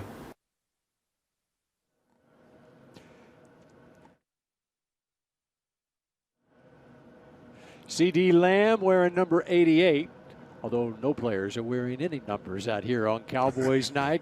At next practice, they put those numbers back on. Bill Jones with number 88, Michael Irvin, and Nate Newton here. And let's hear from CeeDee Lamb now talking about that number 88. It's a big tradition. It's a big thing here in Dallas, and wearing that number 88 means a lot. To myself now, and for sure to Dallas, and I'm going to do everything in my power to withhold that trophy number, and I'm going to do my best to, just keep it going. I like that. He calls it the trophy number 88. Michael? Yeah, it is a special number. And I was joking with my, it's the number 1 selling non-quarterback jersey in the National Football League. So, of course, after he took the number and it became number 1, I texted him back and said, hey, because he wanted number 10. He loves DeAndre Hopkins. I said, I love D-Hop too. And I was talking to D-Hop when he first called me. I said, listen, man, number 10 wouldn't have been the number 1 selling jersey in the National Football League. 88 is, though. And we just kind of laughed about it.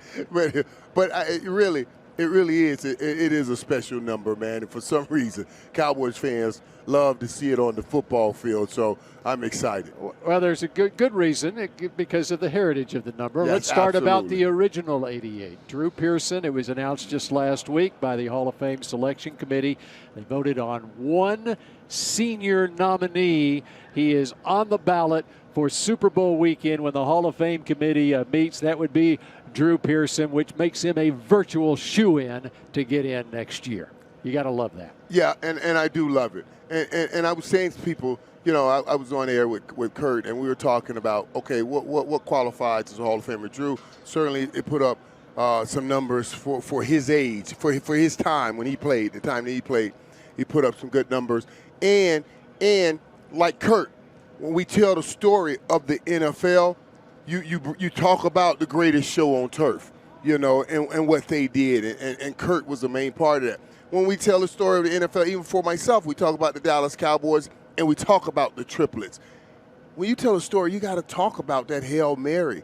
You can't tell it without talking about Drew Pearson and Roger Staubach, and he's put the numbers up. And, yeah, we see the name here in the stadium, but soon we'll be seeing it in Canton, Ohio, because he deserves it. Yeah, man, long overdue, man. That was a hard thing for me to watch this past episode. Yeah, it was, yeah, man. It was, yeah. This is the first time I ever had something negative to say about the Hall of Fame, because I believe that you've heard me say it a lot, Bill. many is called, but few are chosen, and that's just how I feel about the Hall of Fame. You know, everybody can say they deserve to be in it, but there's only a few that you know that teams had to dedicate themselves to, and Drew was that type of player.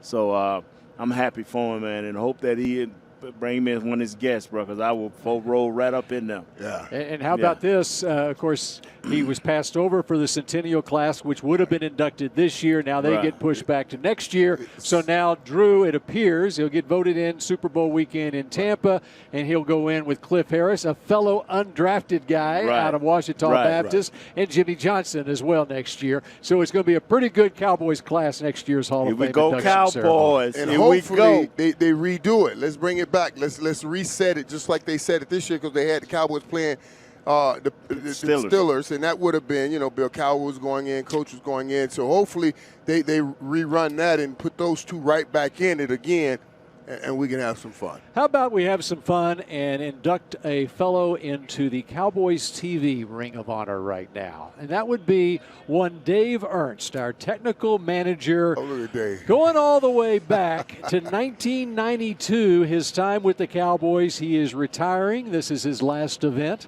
with Cowboys TV. But in his first television production year was 1971, which was the first year of Texas Stadium. Dave goes back that far here in Dallas-Fort Worth. He's now moved to the great Northwest with his family, and Dave Ernst has been so much a part of our production of Dallas Cowboys television, the preseason games through the years, and best of luck going forward to Dave Ernst. You have been a joy to work with through the years, and we wrap up Cowboys Night in just a moment.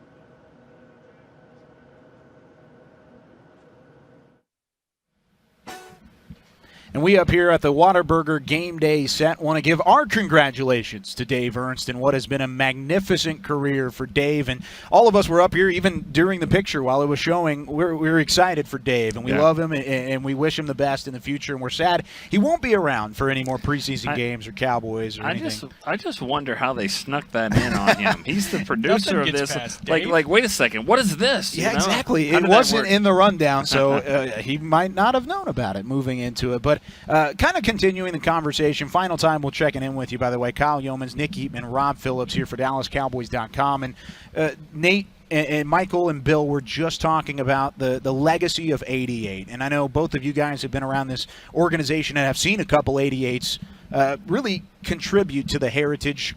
It's a chance now for me to see my first 88 contribute, and hopefully CeeDee Lamb holds up that kind of that at least pedigree.